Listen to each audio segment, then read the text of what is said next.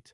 What's up, everybody? Welcome to Podcast Now. I am Alex, and we got quite the show for you today. I wanted to do this spoiler cast. I thought, let's bring a couple. Well, originally it was a couple different people. Willow had a family thing going on, which I completely respect, and I'll try to get his thoughts on. I know he was actually the most optimistic of the three of us. So, us two here, we're going to kind of go in any direction that we kind of come up with. If you guys have anything to say in the chat, we can go in those directions as well. But I want my guest actually to introduce himself. I think he's phenomenal, runs a couple different stuff, and just does well, you're kind of like the pioneer, I would say, of Life is Strange info on Twitter, at least that I look at. So why don't you tell everybody kind of your background and what's going on? Yeah, thank you, Alex. First, obviously, I came across your channel, and we've been kind of wanting to do this, but the schedules have just never aligned. But yeah, I'm Adnan. I was a journalist in the games industry like 10 years ago, if not a bit longer. And my kind of like forte at that point was to do Life is Strange interviews and reviews and news pieces. I was very much like heavily focused on narrative single player games, and I focused mainly on Life is Strange.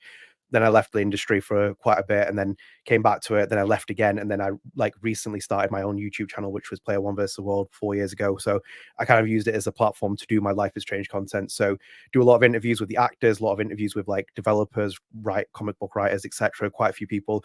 Host 2 podcasts. I host Strangecast, which is our flagship Life is Strange podcast with my co-host Adam Evolt. So that's a bi-weekly podcast that's been running for 3 years. We have the Lost Records Journal, which is a Lost Records focused podcast on the channel, which again I host with Adam. We kind of focus on Lost Records, Bloom Rage. We're covering that quite extensively. And then I also have other shows as well, including like an online show which I host with my sapphic LGBT singer-songwriter Abby, which we do monthly, which is a fireside chat, and it's kind of like a good catch-up point for people on YouTube. So it's mainly that. So I basically do like a lot of interviews, a lot of things, and I kind of like just cover Life is Strange. So like and thank you for the nice comments on the social media feed, because a lot of people have been coming to it, and basically my social media feed is what my brain is like. I say to people, it's like that's the collection of what it is. Like that's what I kind of do with my content. It's like what I would always want to consume, and if you guys come along, then fantastic. I love to kind of cater to people, but it's just more about making content that it was basically that's why I came back to the industry in some sense. I was like, I want to like hear Life is Strange interviews, I want to hear discussions, but there's no one really I can go to that want to do it. So I kind of built it off that. So yeah, that's my kind of background. You left the industry in an interesting time, because gaming journalists are not my favorite group of people in the last 5-10 years. We're pretty respectful around here, but I like to take shots every now and then. But it's good to have you, and I mean you do amazing stuff. And like I said, I found you on Twitter, and you've been the pioneer in terms of my opinion for Life is Strange. But all right, let's come on, we got a lot to talk about. So how long has it been? You beat the game like 12 hours ago? Yeah, I think it's about maybe like 8 hours ish ago. So I've finished there, and so I still need to you're go. Still on your high. You're still coming down from it. Of course. Let's just get your. I did a review. I've spoken quite a bit. Let's just hear your kind of overall thoughts, and if we find something interesting, we'll pick kind of parts of the game to pick apart. But give me like your summary kind of review thing. Yeah, so I watched all your stuff as well, because I was keeping an eye on what you were doing, just to kind of see your perspective. You're like, how can this guy somewhat like it? How? There are things to like about it, but basically, like I had been very much aware of this project for quite a few months ago, and then to kind of get the idea of it, and I was told by quite a few whispers there that this game is like bad the second half, and I was like leaving breadcrumb trails for people being like, don't buy the Ultimate Edition, don't buy the Ultimate Edition. We famously did an episode in August which says why Adnan and Adam are not buying the Ultimate Edition, and that was like kind of a message being like, don't FOMO into this, because whatever you thinking it is, it's not that. And I kind of went in with, even after knowing all the stuff that's happened, I went in with very much the mindset like, let's go open-minded. And I couldn't believe like it was even more of a train wreck, this game, than I thought it was. Like, and it's like, it's got good factors with it, but ultimately it's a car crash of a game, because it shows you the direction the publisher wants to go with this, and the developer is riding this train with it, and it's going to cause absolute carnage on people. So it's like all the stuff, it's beyond the Chloe and Max situation, because that is a big issue, it's a massive issue, but I've already seen what I utterly despise in terms of conversations where people are trivializing it in the same way as The Last of Us Part 2. And it's like, just because what happens to Joel, spoiler for anyone, what happens to Joel, you hate this game. But it's like, no, that game had a lot of systemic issues with it anyway. It's the same with this game. And it's like, I kind of just sat there at the end thinking, I was like, oh my God. And it's like, and it's reflective with a lot of people, because I know some people will generally like it, But by the time they got to the end of the game, they saw that 5th chapter, and I was very much easily quite informed that the fact that the 4th, 5th, and even the 3rd chapter weren't very good. And I got through them, and I was like, when I got to the 4th one, I was like, oh my god! And it's like, and I'm like, my worst fear for the Life is Strange series came to fruition, and then obviously we see the ending, and I'm like, and it's still just like the most, I'm like, I can't, come on, man. Is it 2012? Bob Iger is making directional changes at Disney for the Marvel Cinematic Universe. It's like, are we really doing this in if you want to do it 10 years ago, I'd probably like, actually, you know what? I can see them capitalizing this, but it's 2024, man. Yep. Disney are frantically panicking about their cinematic universe, and you're trying to create one with Life is Strange. Yeah, I'm deeply disturbed by what I've seen so far. And there's very few redeeming factors. If I was still in that industry reviewing this, and I probably would have been the reviewer of it, I would have been having fights with my editor to get the review score on what that wanted, because I think it would have been very cutthroat. But I believe you had a bit of a different experience as I mean, and I totally respect it. And I specifically the Chloe and Max thing, I'm right along with you. And it's the same thing with that, Joel. That's a good comparison where like that is a big issue. And it's weird because, so I reviewed chapters 1 and 2, right? And like so much of the last 2 weeks building into the full release has been Max and Chloe, right? And then it's like, when I went into a review and even play, I almost like kind of separated it in my brain where it's like, this, like you said, this is an issue, but I'm almost going to put it over here. Right. And just like look at everything else. And actually, I think in my like full review, I don't even think I mentioned, which is odd for me, maybe it's just something I kind of, I don't know if I would say I accepted, right? Because it is a big problem that I'm still upset about, but it's something where it's like, okay, that's part of it, but I'm going to remove it and just see, like what they do with the rest of it. Yeah, I feel like Hannah Telle did a lot of carrying. I think I'm kind of biased towards that because Max is one of my favorite characters ever. I feel like she's a lot of our favorite characters if you're into it, right? So like just seeing her back and I will say one of the only things I kind of disagree with like the large group. I do think she acted like Max like 80% of the time. I think there were some lines that were like specific towards the end of like kind of her remorse towards the first game. Like some of those things I don't really think jive with how she'd actually feel. But I do think it felt like her. And I feel like that almost blinded me, right? We're just kind of carried it. Where it's like, okay, I'm just going to watch Max. That's it. I'm just, I'm focused on seeing this friend of mine, again, for the first time in 9 years. I think that that maybe hurts my vision for the rest of the game. But I do think there were good ideas. I think they just dropped a lot of them. Like Maya was kind of just like a thing for like 10 minutes, right? Alderman was a thing. And I thought that was so cool. The fact that you can just erase yourself from existence and, Moses finds out or he tells you through text. It's not even like a major cutscene, right? So it's like those kind of things. Like they had something, a couple different things throughout the whole game and they would just jump. And then, chapter 5 just became, we'll talk about it. So, I mean, is there anything there you want to talk or you want to go like chapter by chapter? What do you want to do? Yeah, so like obviously I haven't had time to play through the other parts, like you can see certain things. So it's like I'm only limited to one playthrough. Yeah. But I have seen other things, which includes this weird interaction with Amanda, depending on your love interest path, which I find deeply disturbing. But I think with what you're saying about Hannah is really interesting because like Hannah, I've had like a long relationship with Hannah for like 10 years. I've interviewed her quite a few times, and she really carries this game because you're right as well, because I think the optics always kind of focus back on her with people watching it. They like watch it and they think she's really carrying the story. And I think she is, because even if you watch all the interviews, for example, I watched everything from like June up to like release. Yeah. And it's even, for example, there's a moment in the Comic-Con one where she's like talking about, they ask her about, did you have any input in the writing and the dialogue? And she kind of just like, she doesn't have an answer. Then she moves it to Felicia Kwan, and then Felicia Kwan, or whoever it is, like in terms of the context of like different conversations, they say like, we wrote Max in a certain way, and then that was reflective on Hannah. And I'm like, that is just the worst kind of writing style you have. Because, for example, when you go to Life is Strange 2, Gonzalo Martin, when he was in the studio, he would give feedback to Michelle Koch and also Philip Bark. Philip Bark was a voice director, and Michelle Koch was one of the Life is Strange 2 co-directors. He would give them feedback. So when it was something like Inanno, he would say it in a certain way, and they would appropriately change the script and writing so they could follow that. So it was like, actually, this guy has a big heritage in the character that is, a South American heritage character, we're going to let him get input to it. And for example, when you do that, you see Sean Diaz. And then, for example, Gonzalo Martin is the only actor in this entire franchise to win a BAFTA. And he won it in a year where he fought against Laura Bailey for Gears of War, for Norman Reedus in Death Stranding. It's unbelievable. And it shows in his performance because he put his heart and soul into it. And then also the Don't Nod team respected his input into it. And same with Philip Bark. Philip Bark's a legendary voice director in that franchise. But with this, they have basically written the script, given it to Hannah, and it's like Hannah is doing the best she can with the performances. So that's why Max is really jarring in certain scenes. And ultimately, for me, when I started this game, within the first 30 minutes, I was like, it's Hannah Telle. I love her voice. She's an incredible person. It's Max Caulfield. I love her, but this isn't my Max Caulfield, and it feels like a stranger.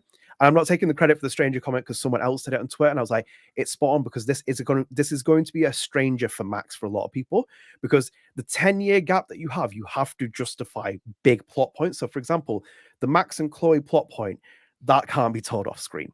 That can't be written out, because I've never seen a medium address this in a worse kind of way impossible. It's like, you need to tell that story. It's like, for example, if you watch A New Hope, and then, for example, the next film, Empire Strikes Back, turns up and Han Solo's not there.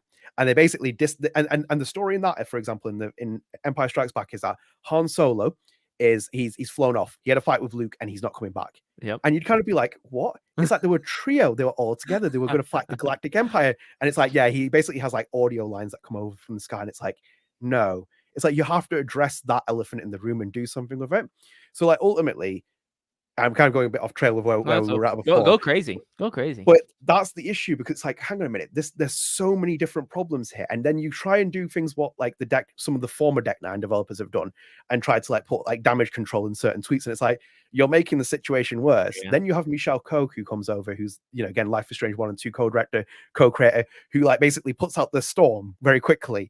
And he doesn't even work on this game. He has no involvement with Square Enix, no involvement with Deck 9. And he's done more damage control on the PR side than anyone else. And I'm like, who is doing this? Yeah, you're right. And that's what I said leading into, I made videos going in where it's like, I mean, and I genuinely believe this.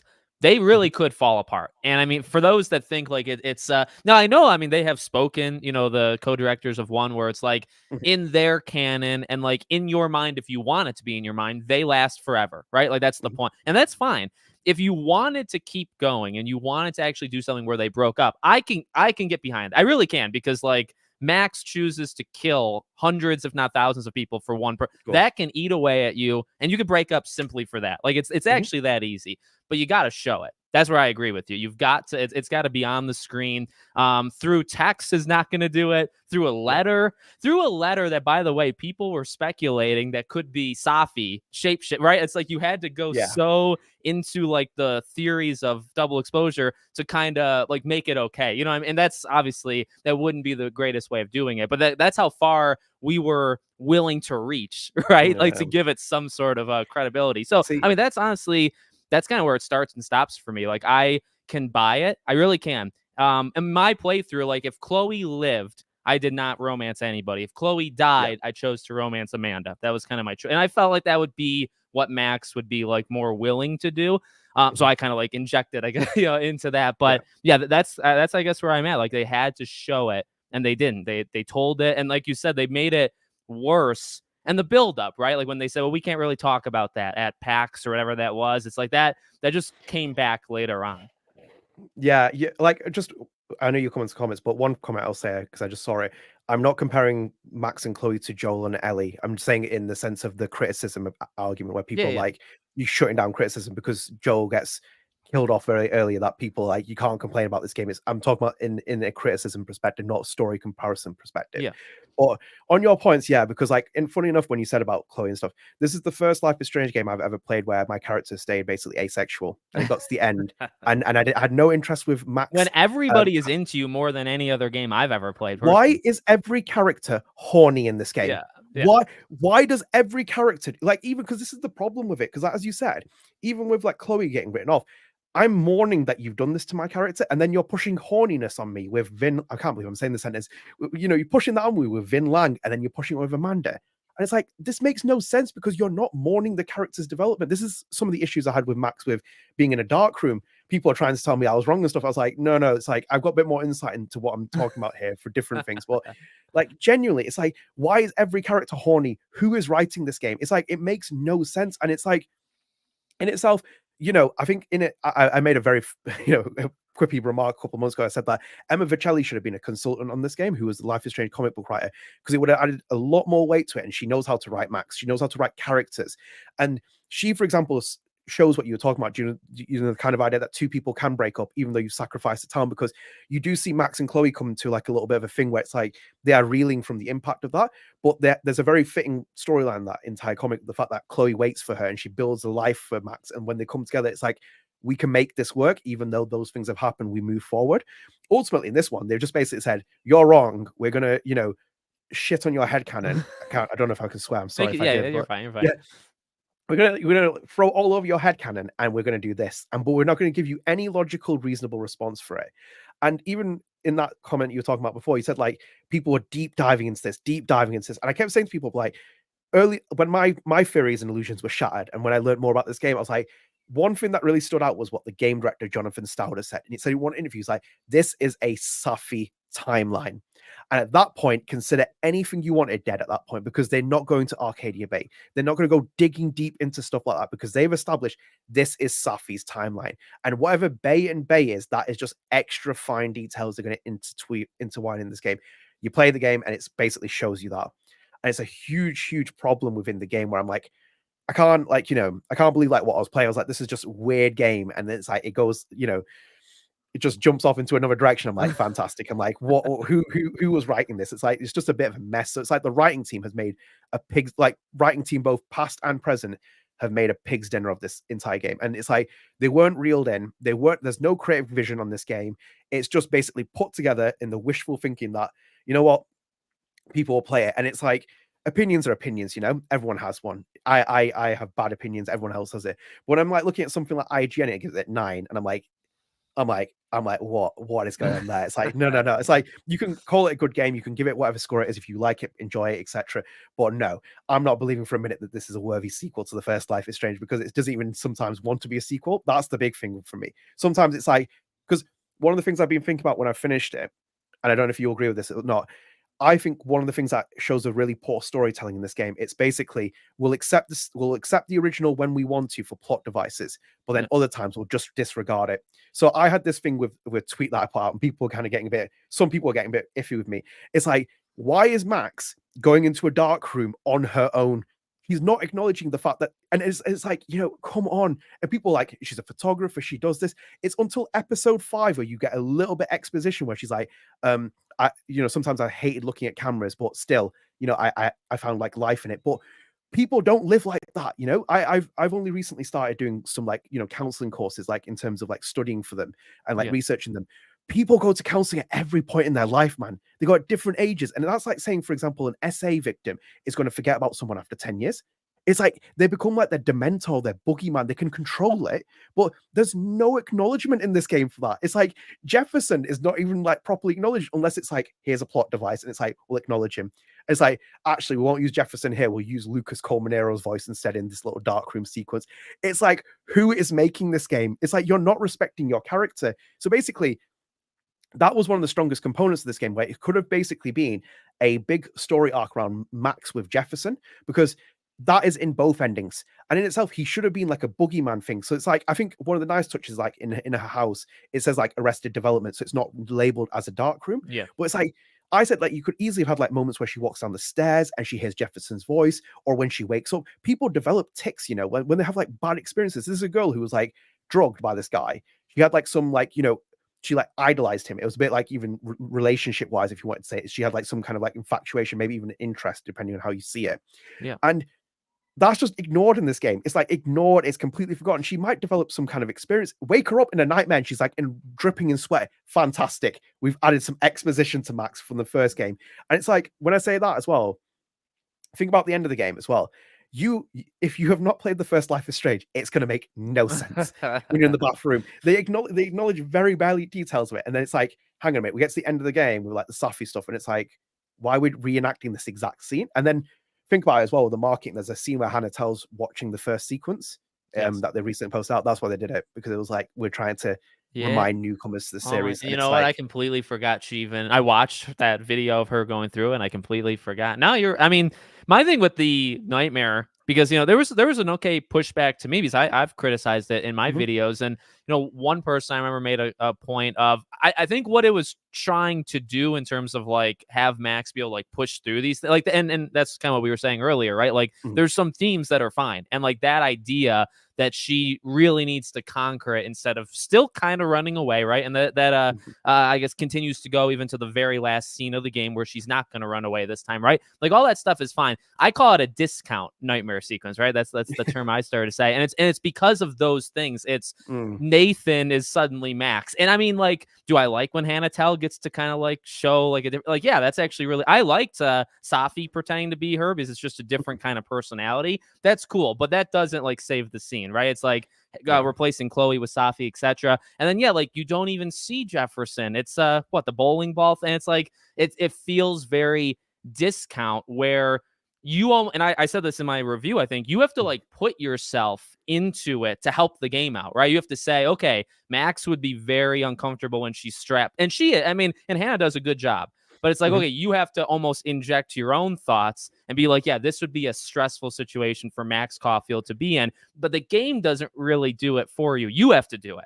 And that's the part where, yeah, like you said, if there was like a panic attack type thing, if you heard Jefferson, if Jefferson was actually there in that one sequence, like that would have been better, just better. And would have the theme of what she was going through is fine, but then how it was executed, right, wasn't good.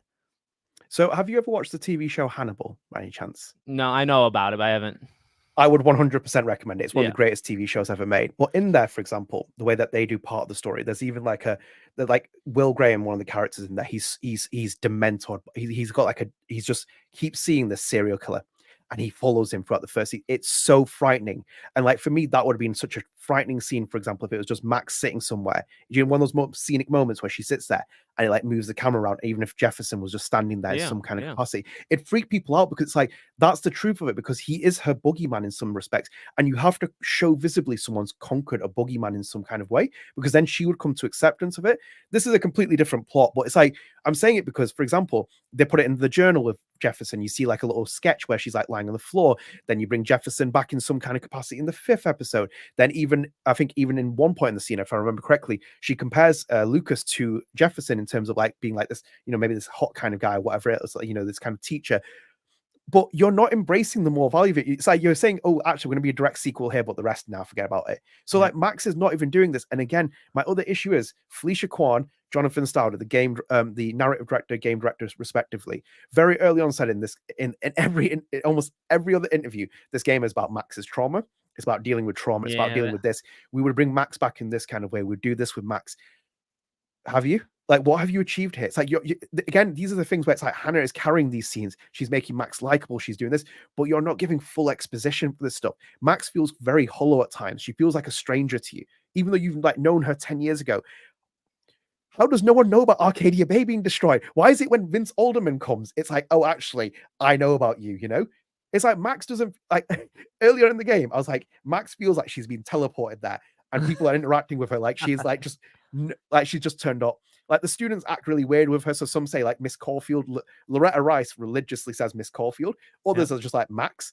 Then in itself, you forget other little traits. So for example, you have Yasmin calling her Maxine every time. Yeah, well, why is she not comment here? Max, never Maxine, yet all her colleagues call her Max. Yeah, it makes Alderman calls her that, and I like that as like a dig, right? But then everybody else just doesn't make sense. But him specifically, I thought was fine. I like that idea. I like that part because he has no respect for it in the way that he does it with Alderman. But it's like with like she keeps saying Yasmin. Yasmin keeps saying like Maxine.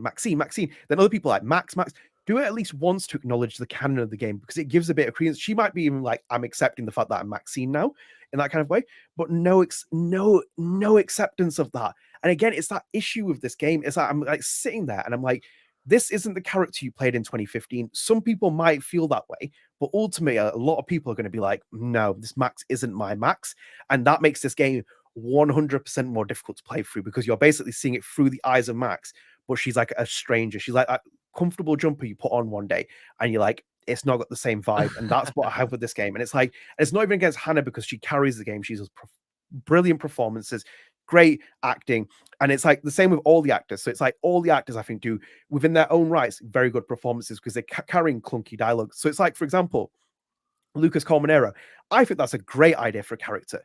He has like a really good mystique. He has this, I know people like he's an Alan Wake knock rip-offing. No, he has this kind of like mystique which you could execute properly, and you don't do any. He doesn't have a redemption arc by the end of the game. He's still a douche. He's just bad. Yeah, I think it's. Yeah, I don't know what I thought about that. I think like last night, where it's like throughout the whole thing, and that's the thing. I mean, with Vin, I kind of got a little bit like the same kind of vibe where it's like my feelings for him, and then like some of even the choices you could make really conflicted with when you couldn't make choices, right? Because he'll hit on Max and she'll like embrace it, but you know what I mean, and like where you can't control it. And then, okay, there's a couple times where you're able to say, no, I don't want to do this, or, you know, you refuse, you pull away or whatever. But like other times, he hits on you 24/7, and Max actually kind of embraces it for the most. So yeah, it's those kind of moments in where we can't make the decision, where that just felt, because then sometimes it would show up where it's like, okay, this makes more sense that she could choose yes or no. But other times it's like, I don't even think she would let this stuff happen in the first place. And it's also out of character because I can't remember the full line as well. There's a moment where Safi and Max are sat together, and it's like you can choose this thing where it's like she's like you find out that Vin is the guy who threw the skull through Safi's car, and she says like it's romantic and something else, like it's some like explanation for it. I'm like, how is this romantic? I'm like, how is this romantic in any way? Like, it's not Max, and it's the way that she acts. It's like this isn't Max. Like, we have a 10-year gap that you need to establish things that have happened to Max that make sense for us now. You can't just basically run over that. And honestly, Alex, I like was screaming at certain points. One of the points that made my blood boil is the moment when Vince Alderman walks through the door in chapter 3, and Max has got the picture on the counter, and she's like panicking. She's frantically panicking, and she's like, no, you can't see it. Properly panics, then runs over to the counter, leaves the picture there, picks up a coffee, and I'm like, no, I know what you're doing here. And they keep going, and then he sees it, and then she pulls it away. And I'm like, that is the worst kind of writing, because you've literally written that for a plot point. Because if your character's running over there, she's going to move it straight away. It's a photo. It's not like it's a bowling ball weight or something. It's like she just leaves it on the counter. It's like until he sees it, and then she's like, yeah. It's like your character was panicking about 5 minutes ago. It makes no sense. It's like, it was awkward. That was and that's just a bigger issue to Alderman, and because I'll tell you, like in that moment, I mean that did frustrate me. But in the moment, it's like, oh shoot, okay, so now I'm thinking in my head, because I didn't see any of these leaks, or I didn't know anything, so it's like, okay, like where's this going? Because now he knows, and like does the third episode kind of transform into where she has to change his mind or let him in on things, like, and then actually in reality, 7 minutes later, he's dead. So it's like, he was a cool character. He really was. They could have done quite a bit with him. And he was actually scary. Like, to me, that conversation is one of the best scenes, I think, in the entire game. When because I played it both. And what's funny, and I kind of want to get your opinion onto this, because one thing I noticed, I think I said in videos, so obviously I think we all know they want you to choose like saving Arcadia Bay, right? Yeah. But funny enough, I think his decision, that conversation, is a little bit more powerful if you choose to save Chloe, because he says similar things, but I think there's one or two lines where he adds because of like the death and destruction. But I found that later on too, where Max is talking to Safi and going over like her own kind of grief for it. I think it's actually maybe also more powerful to pick that you killed off Arcadia Bay, even though some of the things she says, it's like, well, you did do it for a girl. You're almost kind of making it sound like you would redo it and you wouldn't choose Chloe, which is, stepping over the line. But yeah, I thought the Alderman thing, that and maybe Max talking to Safi in chapter 4, where I would say, again, either conversation's also pretty powerful when she says kind of her background to her. Those are probably the two best scenes, and the only scenes that made me really feel much, in the entire. And that was another thing people had said, like, where were the jaw-dropping, like, heart-wrenching, especially in chapter 5, the storm didn't even do anything. It was like a light thunderstorm, really, if we're being honest, okay? My co-host, Adam, I didn't say this a lot because he'll talk about it. My co-host Adam sent me a message saying he's like, I expected Max to shoot the tornado, the storm, and I was like, I hope she would have done at that point, because it would have made this even more funny.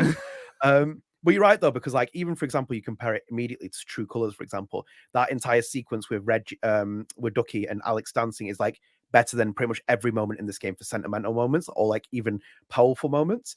And it's like, you're right with Oldman, because I think like I have big problems with Oldman because he could have been a really good character. He could have been even like a supernatural detective. So it's like he knows people who have powers, he senses them, Yeah. and that's how he can like expose them. But also as well, with Deck Nine, this is the writing team, for example, they don't understand cops because cops are bad in America. They are all bad, bad, bad people. But then when you compare it to like Life is Strange 2, Life is Strange 2 carries a heavy theme on brutality, police brutality. But then when you get through the game, you see other cops show compassion to Sean, their variations. So it's like even Ted, even like some of the other cops, like low key, they show a different side. So it shows both the good cop and the bad cops that you have. With this, he's just a straight up douche. He's like, again, he's like Lucas Colmenero, one dimensional, has no redeeming traits. They basically treat him like that. And then obviously we get to the ridiculous plot point where they kill him, and it's like, that's just what a throwaway moment that is. You basically introduced this character 30 minutes ago and you wiped him out the entire existence of the game, relegate the rest of his story to a side messages. Which at this point, like after that happens, and then you realize like they're not going anywhere, you kind of think, okay, well, did they do that because he saw the picture and there was like no other way to resolve that? Like do you have to explain it to him? But then it's like, well, you made the whole story anyway, right? So it's like you kind of it's just the circle. But yeah, I got frustrated at that because it's like I really thought you could have gone more with him, and it just feels like it felt like they wrote it in order, and they said, okay, we're going to have him find the picture. This is going to really scare Max. It'll be a cool moment. And then like, okay, well now how do he can't be like behind Max the whole rest of the game. Well, we could just kill him off. It's rough. It's sloppy execution because it's like that thing where it's like the photo is sat there for him to see, then we move it. It's just poor. He should have seen it earlier on and then kind of worked off it. If the scene doesn't work because you're basically using that as a plot device moment, that's when he acts. Right. And also as well, they basically eradicate him by the end of the game because they merge the timelines. Yeah. And it's like, there's even an argument, people like, hang on a minute, shouldn't he be pulled into this timeline because he's already in another timeline? But then it's also like he's basically doesn't exist in that timeline because he's this like right when they collide, you literally erase your existence from all. Which I think that, and they didn't do anything. Like Max being afraid that Safi was going to touch her. That was the only time, and they never introduced. And honestly, I was quite confused actually with the taking pictures. Like towards the, I didn't like it. I don't know. It wasn't like cool enough to get me, and then it wasn't like emotion. I mean, it didn't have like either of those two things. I saw in the chat a little earlier, like my main thing with Life is Strange 1, that nightmare sequence I think really worked. And I do remember people not liking episode 5 when it came out. I'm going to stick with it. I really feel like there was a movement there, but I think it's aged well, and I think the nightmare sequence is aged well. And I feel like in terms of like the discount stuff, like that stuff got to Max. That stuff like challenged her, whereas this stuff felt, it felt very repetitive. Just to kind of give you, like you said, a little bit like the backstory, where maybe how she feels about photos and Jefferson and all that stuff. And she had some cool lines with the whole like, I'm not 18 anymore, or like you had like the one time me doing this, I'm not giving it to you like ever again, stuff like that. But like I think like when Chloe's kissing Jefferson, or like with Jefferson, like that stuff bugs her. That stuff gets to her. You have herself insulting herself like that. That was just deeper. Like literally, like intellectually, it was deeper. It's nostalgia bait in that 5th episode. Yeah, it was. You like amount of like references, and again, it doesn't make sense if you haven't played the first Life is Strange. So again, this game sets up this kind of idea that we'll make references when we need to the first Life is Strange, and then otherwise Max is a new fresh blood character that you can play as. It's like, no, you need to go and play the first game because otherwise this doesn't make sense.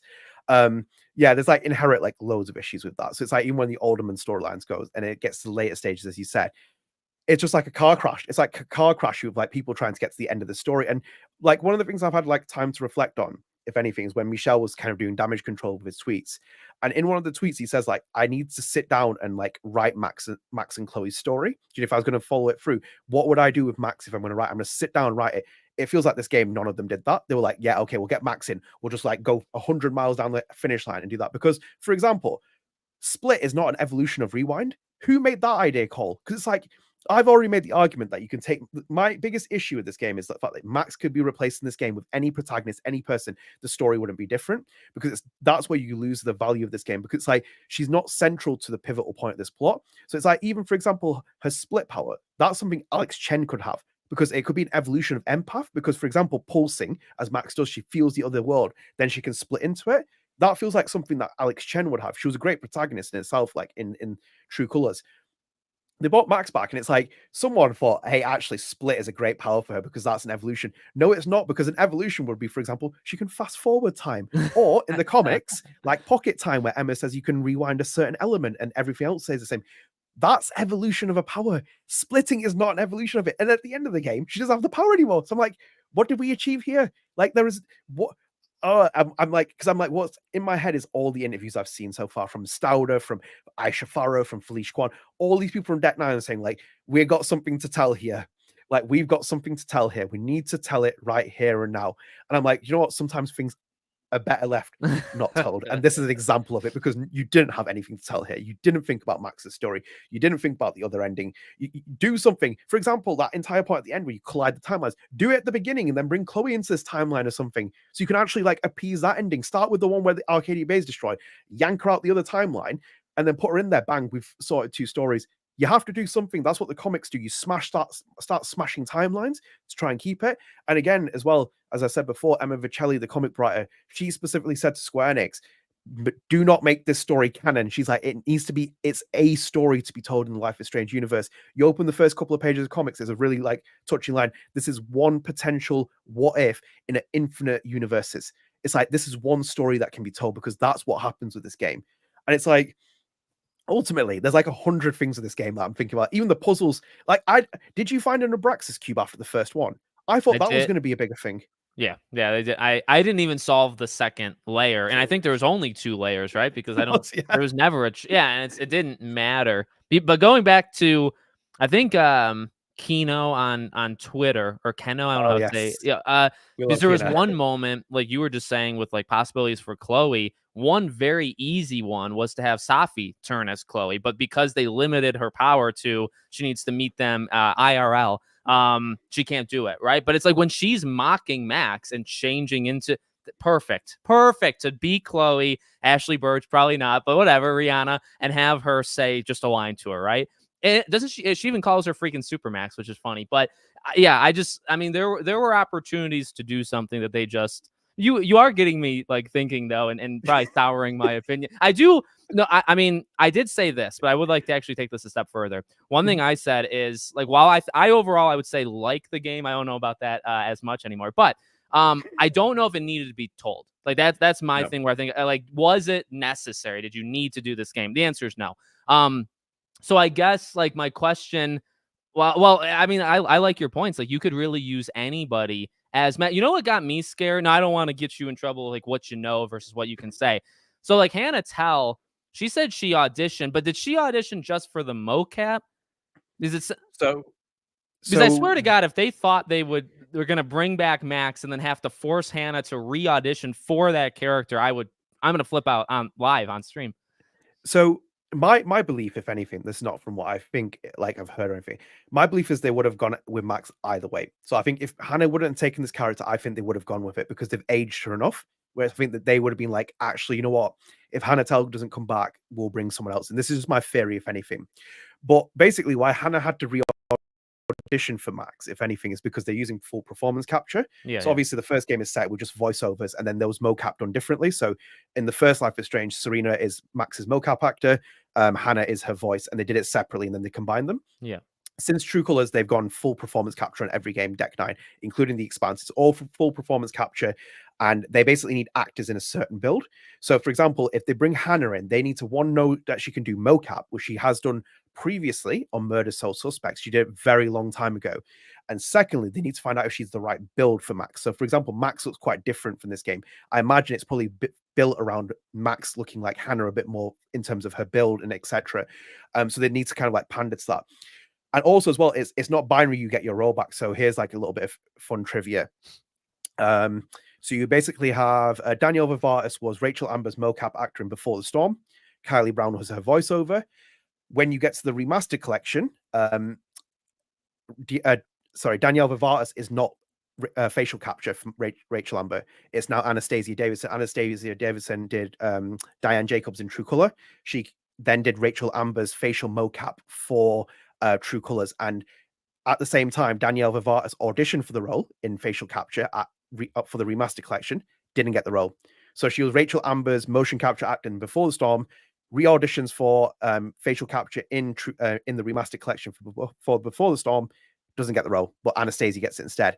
And she always said to me very famously, I remember it, she's like, don't ever get married to your characters, because this is an example where it's like they would have gone ahead probably, I think, at this point without her. Just my own kind of feeling with it, that if Hannah didn't come back for it, she basically had to fight an uphill battle for it, I think, personally speaking. Honestly, and I mean, like, the industry is the industry, but like that would have been disaster. I mean, as if it's not already kind of in a tough spot. But I mean, could you imagine? Could you imagine if Max? The only thing that I think anybody can agree on with this game is her, literally her. That's it. Yeah. And it's like, if you didn't even have Hannah Telle back, my dear God.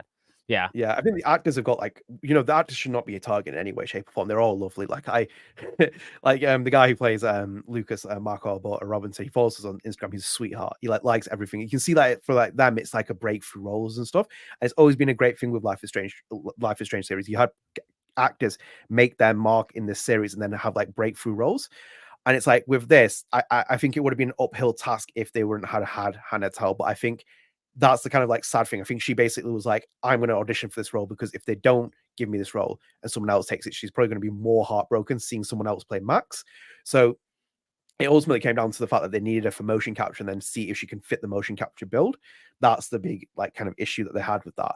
But again, it just shows like the Max isn't the same Max. It's not written by Michelle. It's not written by Jean-Luc. It's not written by any of those people, Christian Divine, any of these people who worked on Life is Strange 1. And that's what the big problem is, because basically no one can approach Max in the same way. The only people I've seen write Max in a good way so far is Michelle, Jean-Luc, Christian Divine, and Emma Vicelli. The people who worked on these like other iterations, they've written Max really well. In this game, they've written her like a car crash in certain elements, because it's all the people as well. I say to people, go and read these people who they are. Jonathan Stauder joined Deck 9 after True Colors was released. He worked at Telltale previously, has no Life is Strange experience. Aisha Farah, who's one of the writers on the game, has no Life is Strange experience, came in after True Colors. Felicia Kwan was on Before the Storm. I don't think she played that much of a big role in the script writing, if anything. But she worked on that. Then she worked on the DLC Wavelengths in True Colors, which I think was the most forgettable DLC I played in the series. And then she's like the narrative director on this. I'm like, how you ascended to narrative director status very quickly. So it's like there's a huge issues that start appearing in the narrative, and that's the problem with Max. Like one of the things I found as well, I'm gonna show you here as well because I got my cover. I was hoping to get the physical edition. You spent twice. Me too. I have it too. Yeah.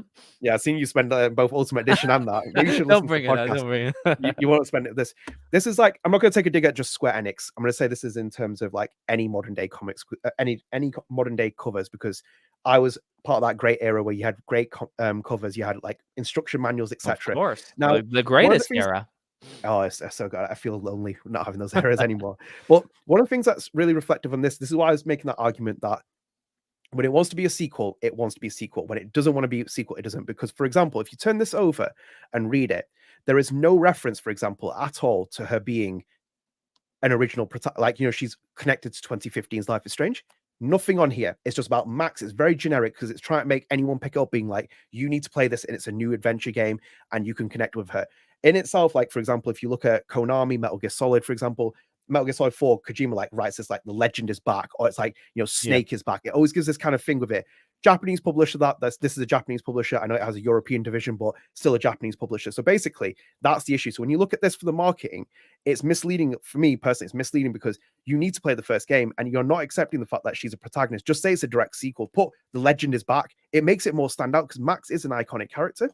Now, the other thing that comes from it as well, and this is why my critique comes, cover this up. This was the character that Michelle saw. It's in your background. He saw this character in the Xbox Game Showcase trailer. And in one of his tweets, he says, I didn't recognize Max instantly. Now look at that character. It doesn't really look like Max. I'm not going to the debate of like, the models they've used and moved away from that direction. I'm talking about the way she looks, because when we did the conversation with Emma in the comics, she was like, Max has aged a couple of years in the comics, but she's like, she still has distinct styles about her. So for example, she wears a dream catcher in the comics, which I think is really nice touch. And she's got a butterfly tattoo, but she's like, you have a comic, it's going to sit on the shelf.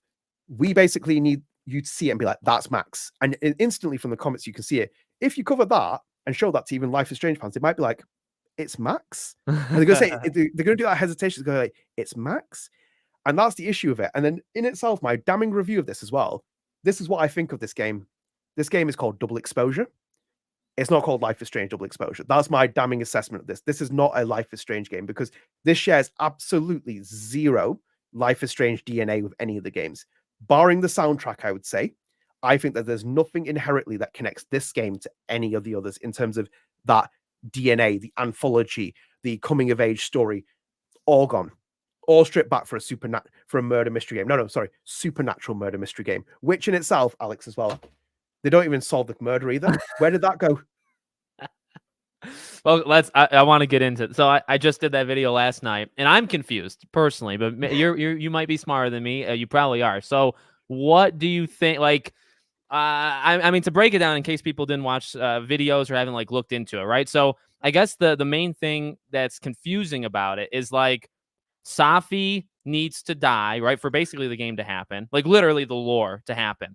And when Max travels back into that photo, the photo powers have changed, right? Like they're not the same clearly. She can see more. And now there's the storm, which the storm wasn't there in chapter 1. Also, and this is just a small nitpick. Why is it a storm again? I didn't know. I didn't want it to be a storm until I saw it. I don't know about you. I thought asteroid was a little cliche, but I knew, I guess after seeing it, I was like, yeah, I didn't really want it to be a storm twice. But okay, yeah. I'll get your opinion on that in a second. But okay, so Safi, Max travels back, and she's looking at Safi. Safi takes the picture. Now, immediately it's then changed, right? Because in the picture, Max shoots.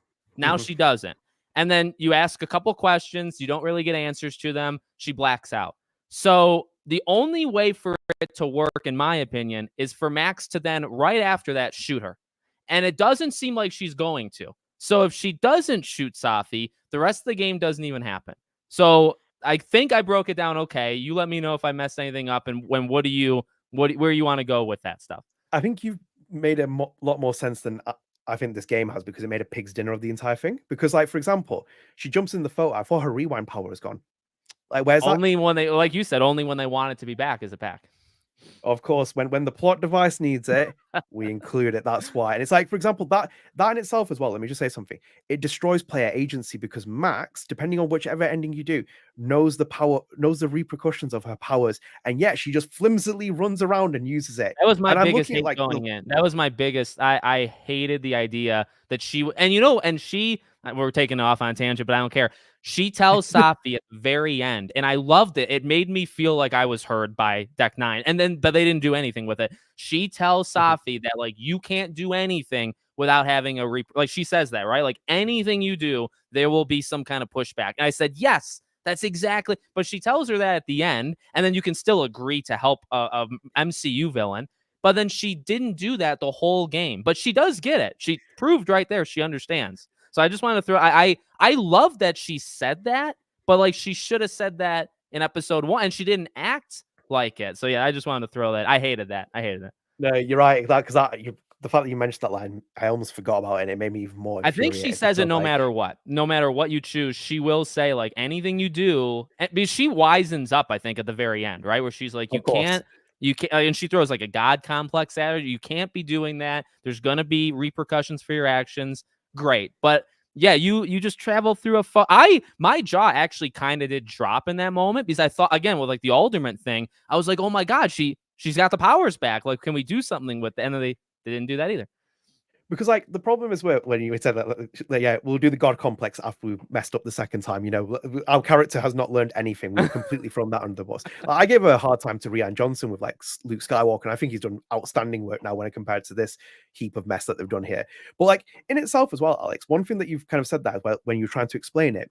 So, for example, if you take Max's power from the first Life is Strange game, when she jumps into a photo, for example, when she makes one change, which is throws the keys out the window, which is basically thrown into a void because we don't see the outside, the knock-on effect, everything changes, the entire timeline. You see it when the pictures like disappear and this happens. Yep. None of that happens here. So basically, she doesn't shoot her, but like, we don't see the full-on rippling effect, because even when Max comes back there, she might not end up back in the same apartment, because it could be anything that's happened here. Even Safi, the bullet could have like flown off and hit Moses or something. Like, if she fired in a different direction.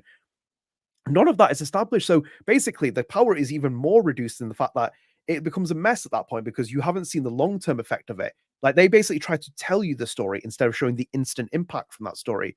And it was a situation where I think they used it so Max could get answers, like, to try to, and that was it. Like, that was, and that's what upsets, like, the more I think about it, it upsets me so much that It's not about the lore or the accuracy. It's just she actually does the photo pulse out of want to understand why she did. Or doesn't she say that, right? She can't believe that it's actually her. And so she goes into that photo, honestly, to confirm that it's not evil Max and it's not like a doppelganger, right? She's going in to prove to herself that she shot Safi. But the issue is she has like a conversation with her. She's trying to figure stuff out. She doesn't get answers. And then she blacks out. And again, the only way for it to work is for her to then, like, she's gone, right? Like, part of her mental would be gone, but she's still there. She would then have to pull the gun out and shoot. Like, that's how it has to go. But then the storm's not there when Max sees. So how did that happen? Like, why is the storm? And that's where I get confused about chapter 5, because she brings the storm with her. And then they're not perfect with, well, is any of this game perfect? They're not great with like when the timelines start to, like, when they get possessed by Safi, and then it becomes, we're just trying to like rid Safi's presence from these people. I don't know. Yeah, they don't explain it because it becomes basically let's get to the finish line as soon as possible, rather than explaining these things. Because, like, as you said, there's no real explanation for the tornado to be there. Like, her powers aren't connected. Like, Safi's power shouldn't really necessarily be connected to a tornado. Maybe it could be like a meteor, for example, like that's coming to. Like, they kind of show it, like, the meteor coming from this like little glimmering things in the and sky. They mention asteroid like 4 times. So, and there's no follow through. So there's like nothing there that suggests that this is a theory. It's like it's just basically thrown there with no one actually writing the next part of it. So it's like with Max, for example, one of the things here that's really valid, if anything, is in between this entire conversation, people are already upset about, like, the fact that they've done what they've done with Chloe Price. But if I was on the other ending, for example, the Arcadia Bay ending, I would also be very, very annoyed, because basically your character stands at the end of this entire like session of this funeral where Chloe Price is dead and accepts the fact that she does not need to use her powers again. She will never use her powers again, because it's basically morality. She's like, if I do this, this will create an infinite time loop. I can't do this anymore. And yet she does it for her best mate that she's known for 6 months in Caledon or something, like, for Safi. So basically she's willing to sacrifice Chloe Price, who was her childhood friend, etc. But when Safi gets shot, oh no, we need to use the powers. And then even the build up to revealing the powers was really anticlimactic, like how she gets them. But I think I'm going on a different tangent. But in itself, what you were saying, like the story, it makes no sense though, because I'm still trying to figure out how we get from that point where Max doesn't shoot Safi in that photo to this point where we get to the end of the game, where it's like trying to explain all these little things, like there's a tornado there, this is happening. I'm still, honestly, when I got to episode 5, I was like, I don't know what to actually do here. Well, now that I'm thinking about it, so Max talks about how this is gonna be, because I want to do like a recap, like, I did a whole recap for Life is Strange 1, and I want to do it here, but now that I'm thinking about it, it's gonna be very complicated because I don't really understand it. But okay, so my question for you would be, so Max is constantly talking about, and we do know like the other timeline's basically a day behind, seemingly, right? So okay, so Max talks about that sometime in the future, I'm going to shoot you, I'm going to kill you. And then like that's when the timelines will split. And that all makes sense. That's fine. And I like the idea of like one timeline being a day behind. But then we get to like where Max actually has to kill Safi, right? When she can't control her powers, which I think is a powerful scene, and I'm fine with it. But like, again, like the logic and stuff hurts it, or the accuracy. But I'm also now confused about that part, right? Because isn't that supposed to be the moment that she walks up? In chapter 1, she walks up, you hear the gunshot, but Safi's still alive, and then she's dead. So shouldn't that moment be when Max was about to kill her, when she shoots her mom and all that? Like, that should be the same moment, because that's when the timeline split. So I don't understand that. I really don't. I don't get it. Well, that's the thing, though. We never established who killed her at the end of it, because like that. It has to be Max. I mean, it's got to be, because the game. I don't know, but I guess the thing that people can do, like the quick, easy jab, right, is like, well, if they don't care, why should we care? Like that kind. And that's fair. I mean, honestly, I can respect that. But it's like I that actually will bug me, maybe forever. So I just deck 9, one of you, just tweet out, yes, Max was the one who, that's fine. You didn't show it well, but I do want to know now if Max actually killed Safi. Because she actually had to for anything to work. I'll just say that. At this rate, I don't think they're going to tweet anything ever. No, I think they're done. I think like I think like, yeah, I think maybe you could argue the fact that there's like infinite universes and then there's one max that will do it. In like basically it's like that kind of thing with like chaos theories and stuff where it's like there'll always be one inevitable outcome. If you played like Final Fantasy Rebirth, the way that they've handled certain elements of that, it's like there's an inevitable outcome. Like you can change the future maybe in one timeline, but it's going to be a definitive. So I think maybe this max doesn't shoot her, but then there might be another max. But I'm now trying to explain a plot which makes no sense because ultimately that might actually work though. That's not bad. Because like even itself, as you said, it's an interesting idea by the fact that that timeline is the day before. So for example, we see Alderman and stuff like that, but they don't explain that either. So it's like there's no like real logical explanation for the fact that that timeline is the day before. It's like it gets explained a little bit later, but I'm like, why are we doing this? It like you need time to be on your side. I remember playing Final Fantasy 13 Lightning Returns. When you play that game, there's a clock in the counter. It's 13 days that game, and it tells you, it constantly reminds you, time is here. You stop it execute. And that's a Square Enix game as well. And funnily enough, it's like it reminds you where time is important. Here, it's just kind of again, it's like a cheap plot point. Actually, we need to kill Alderman. Put time in here. We're grabbing him out, and then it's like actually, it never really comes back into play here. And it's just like it's just a weird story. It's basically, this is my issue, because it's like it's not a good story. It's very poorly written, and it feels like there was too many egos on this project. Where it's like I'm kind of sitting there thinking like, who's even putting this together and thinking this was a good idea? Like I never like from the people I spoke to, if anything, like I heard no one think that this was a smart idea. Like in terms of the writing, they were like, and it's like and I remember hearing it, I was like, no, it can't be as bad as it is. And then I played the game, I was like, shit. I'm like, oh my god, it's even more horrific. And it's like I've taken my own jabs as well. I think I put a thing out on Twitter where it's like Max saying like, I have no idea what's happening here. I like that. We're just making up and I was like, this is the Deck 9 writing team on that, because like they have good writing team. If anything, their Expanse writing team is fantastic. But it's like this one, no, I'm not believing it, because like we're sitting here now on a spoiler cast and we're not even just taking jabs at the game for the sake of it. It's like we're both trying to figure out the plot, and it's like there is no explanation for it. The Alderman plot has no sense. The this plot line that you're explaining in terms of the murder has no plot. Actually, well, and the thing is, like, I'll only speak for myself, I think you are more of a, and I mean it kind of gets all messy, but we'll talk about, like, you're probably more of a Life is Strange like franchise fan. You're probably more than I am. Life is Strange 1 is probably top 10 games I've ever played. Okay, like it really defined. Or I feel like it's a little cliche, overused, but it's a game that's very important to me. Okay, I really don't like Life is Strange 2. I think it's a terrible game. Okay, and that's where we would match. I think True Colors is good. I think Before the Storm is good, which also would probably disagree with other people, but whatever. So I wanted to love this game more than anything. I really did. Like there might be very few people besides you and me that wanted to like this game. And it's a game that I want to be able to understand. Like I said, like, I'm joking, but it's like I want to do a story recap, and I'm going to do it, but I'm afraid of like pushback, because it's like I don't actually get some of the main, like you said, like the whole point of this game was who kills Safi. They tell you Safi's gonna die in the promotional stuff. Who actually does it? The Storm. Like, how do any of these powers actually work? And like you said this a while ago, but I'm bringing it back up. Like, Max loses because there's no more timelines, right? At the end, everything's into one. So she doesn't have. So can she rewind, or does she have no powers anymore? I feel like she has to, because she's gonna return. So like she's got to have powers.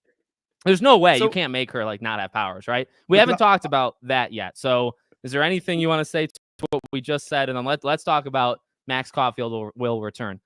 We'll come to the power part and point, because I messed around with the functions at the end during the bar, and it's like none of her powers work. So basically, she accepts the fact that rewind doesn't work, the timelines don't work. So we'll come on to that in a minute. We'll come on to that ending part. But the one thing that also doesn't make sense, and you're trying there said that you wouldn't explain it. No one could sit down, in my opinion, and make a 60-minute or 30-minute video explaining the story of this game. Yeah, it's the same with like I always said this to people. I'm like Alien vs Predator 2 Requiem. I'm like, if someone can explain the plot to me in that entire film, I'll pay you £1,000, because like it has no story. It's like I've never watched that film in its entirety. I love the first one. It's like a very cheesy horror film. The second one has no plot. It's just ridiculous. It has no sense. This is the same with this game. So for example, as well, it's like when they're all in the bar at the end. Why is Loretta Rice not there?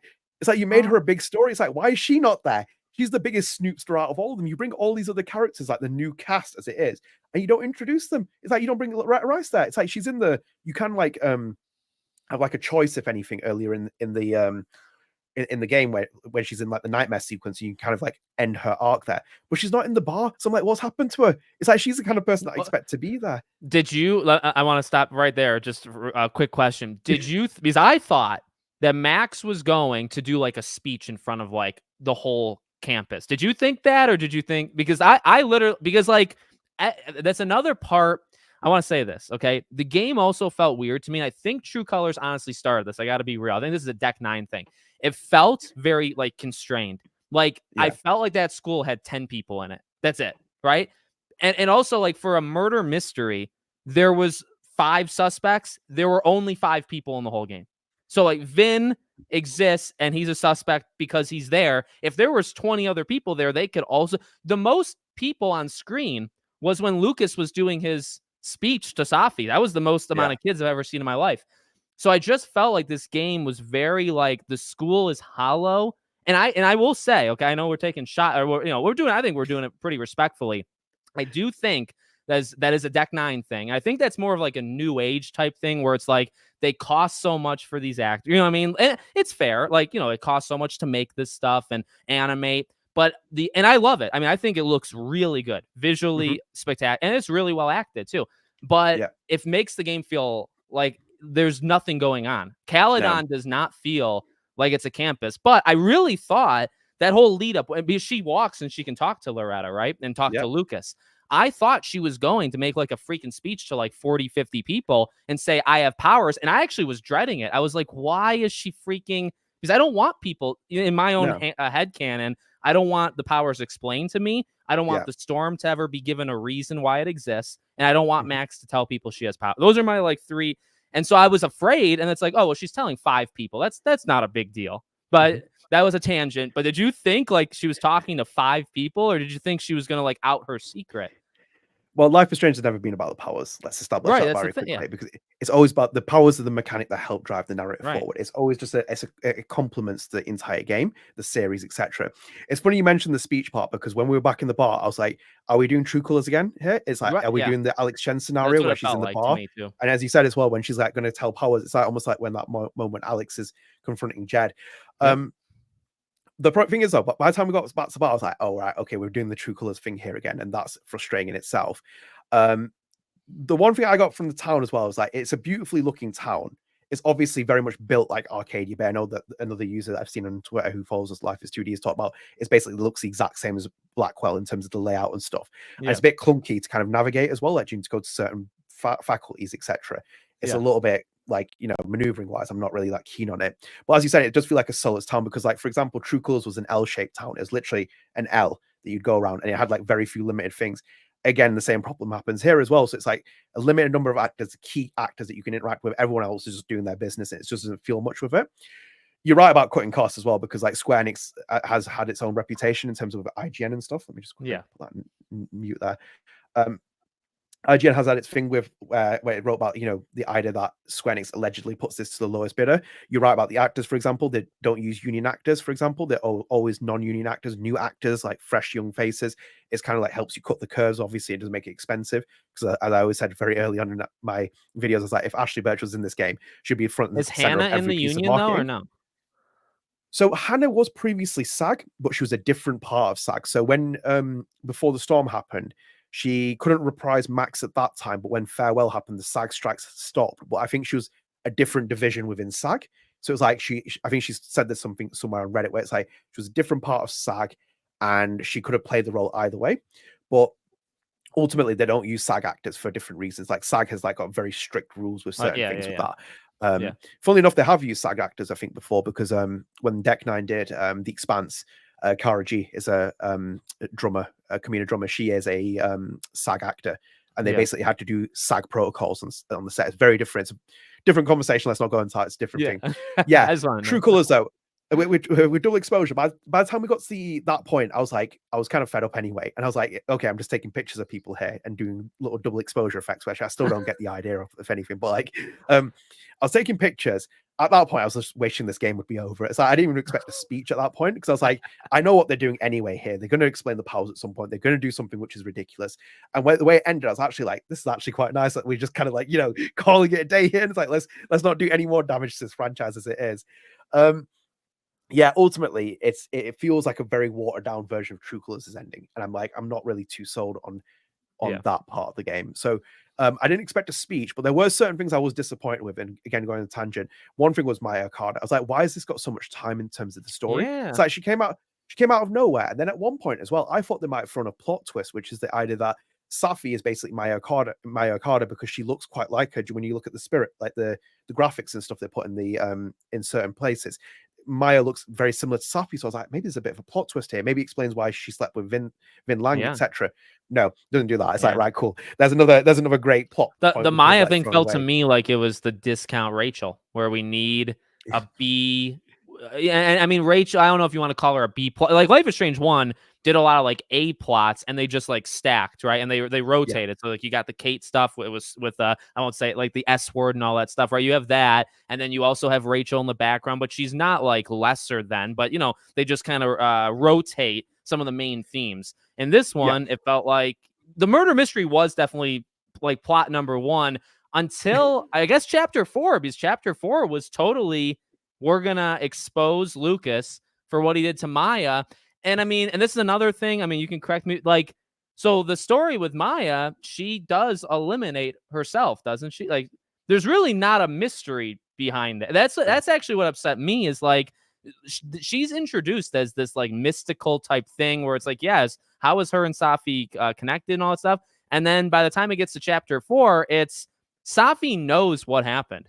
Safi just knows. She knows the whole thing. She just wants to expose it. The whole mystery with Maya is just a bunch of people covered for each other. That's it. That's it. Safi knows the truth. It's not a big reveal. You know what I mean? And it's just, I don't know, like, I guess in terms of like speaking Safi's truth or whatever, like, I guess that's fine. But like the idea that Maya is supposed to be like this mythical kind of thing, at least in the beginning, and she came across like Rachel Amber. She really, I really believe that was kind of the goal there. But then it's like, yeah, Safi knows, and it's just people that Vin covered for this person and Yasmin and all these people. They just, you know what I mean? Alex, we've seen that before, though. They did the exact same thing in True Colors where they covered for the town with Jet. True.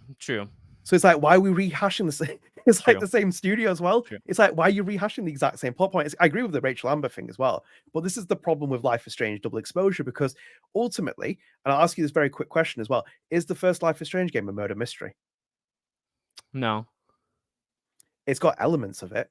Yeah. But it's never a murder mystery game. And it's a coming of age story. Every single time that Donut ever did the marketing for that game, they're like, it's a coming of age story with Max Caulfield. This is a story. Everything else is secondary. The murder mystery of like Rachel Amber, it takes loads of the trailers for that game is the coming of age. I think Rachel's mentioned like one time in a trailer, not even in all of the trailers. Yeah. Yeah. It's all a coming of age story. The murder mystery elements is very Twin Peaks-esque, like, all the other stuff they infuse in it, but it's secondary. It's always about Max, because here's the other argument I'll show it to you as well, because I was saying to you before, you can take Max Caulfield out of this game. Can you take her out of the first game? No. Because she's central. It's central to her being in there. She comes back to Arcadia Bay. She reconnects with her childhood friend, and then Max is so unique in the sense that she's a young woman, but a 30-year-old man, a 40-year-old man, a 50-year-old man, a 16-year-old LGBTQ person can relate to Max. And you basically have the ultimate agency with her, because that's why she's great. You feel like the minute she walks out that hallway and she puts her headphones in, everyone feels like Max. And then by the end of the game, you have the ultimate choice, and then that's your Max. And that's why, for example, this game causes so much havoc, because as you said there, with this game, it's like, here's a murder mystery. It's like, we have one murder mystery with Safi. We don't explain that. Then we have Maya Okada's murder mystery. And I'm like, okay. And then it's like, who's going to do this and who's going to shoot this? And it's like, then you have Max with a gun. And I'm like, has anyone actually logically sat down and thought the story was good? Like, has anyone sat down and thought this was good? I can't tell you how many people I spoke to in terms of like different parts of this game, the marketing, etc. No one ever gave me any faith in this game. And I was like, you see it in the way that my podcast episodes were going with Adam as well. The tone of us went somber. At one point, I was going to put the podcast on hiatus, because I can't feed people false narratives here, because people are getting peddled up, and then other people are like, I'm excited for this game, but I'm also a bit sad that you guys aren't. I'm like, there's a good reason why I'm not excited for this game, and you'll see it. And when the flood of like things came in terms of the reaction, it's like it shows with the way it's done. But yeah, you're right though. Like in terms of the overarching part, the Maya stuff, even the speech thing, I'm thank God Max didn't get up and explain her like powers. The thing is, though, everyone knows she has powers there, which is kind of annoying because it's like, you know, it was that Spider-Man-esque feeling that you had with this game where it's like no one really knows that this person has powers in this, but it's like everyone has powers, and you just see like Safi just jumping around as a shapeshifter and like casually doing it. I'm like, Yeah. okay. And the same with Max as well when she's like opening voids as well. It's like just in front of the bathroom. It's like, well, we'll just put a portal point here and we'll do that. Also, before we move into like the ending part as well, did you not find it a bit strange like how close some of the trigger points were in terms of like, you know, opening rifts? I was like, some of them were a bit unnecessary. Like some of them made sense because they were trying to maneuver you around. But then I'm like, you know, I was kind of a bit confused with the layout. What is not the fine arts building?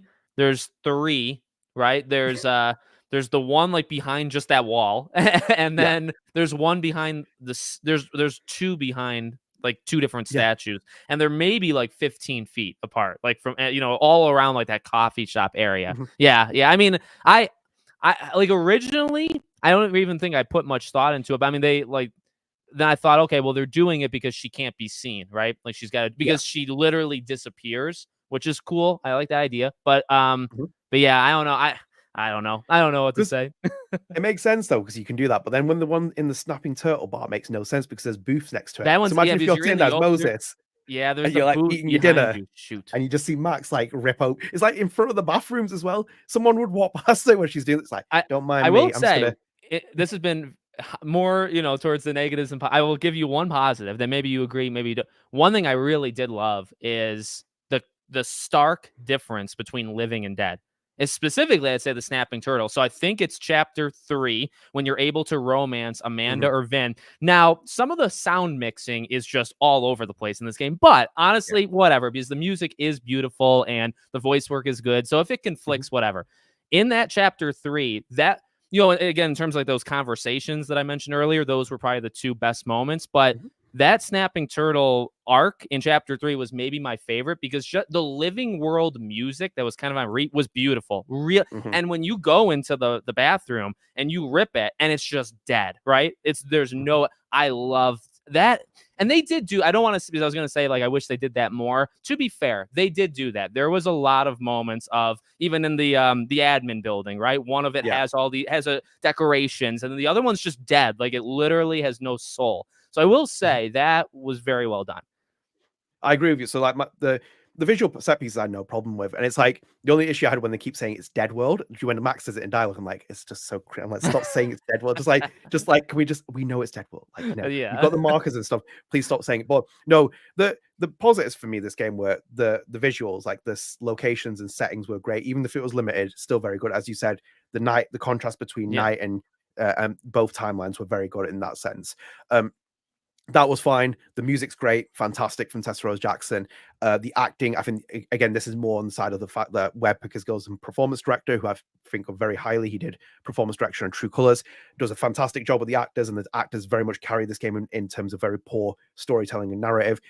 And Hannah Telle. Those are the 4 positives I take away from this game. Where I think like that's where if I was going to do like a review, those would be the 4 positives, and then the rest is just, as I said, it's like a list of negatives, because that's the thing. I think when certain people, I think for me, if you've really enjoyed this game, great. I'm not going to tell you what to do with your games, but go back and play it again, because I don't know if you're going to have the same replay value, because there's no replay value. And again, and in itself, none of the choices matter in the end. Like we haven't even got to the ending yet part of that, but none of the choices matter. So like, even when you said to me before, you said Life is Strange 2, you don't like it. That's the one game in the series which choices matter more than any of the other.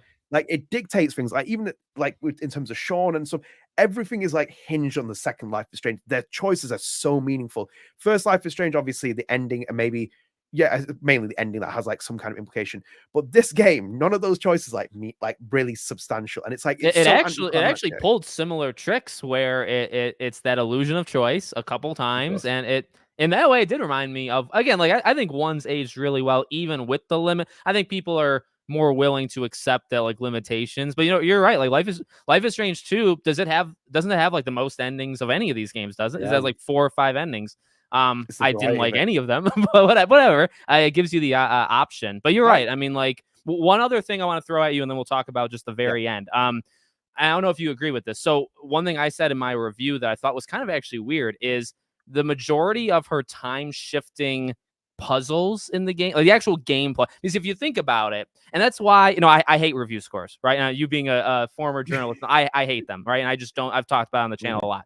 So IGN giving it a 9. I mean, I don't give any games nothing, but there is no actual like strong gameplay, which is fine because the first game is clever with time challenges, but it's not like the greatest like actual game to play, which is fine. For this game, the most you do, correct me if I'm wrong, the most you do with the time powers is in chapter 2. So like me doing the early access thing, after that, so much of chapter 3 is conversations. So much of chapter 4 is conversations. The whole Lucas arc, Safi in the beginning is like 20 minutes. Like it's the whole, you know what I mean? So like there's actually not a lot of literal game. And now I believe in the whole like stories can be games. I'm not one where it's like, there are games like that are, more like actually you're pressing the controls and stuff, but I think all games can be literal games. It was just odd to me that I felt like the actual gameplay, but like what they showed with Alderman, with the telescope thing in the early, before the game came out, that's the most intensive swapping that you do in the whole game.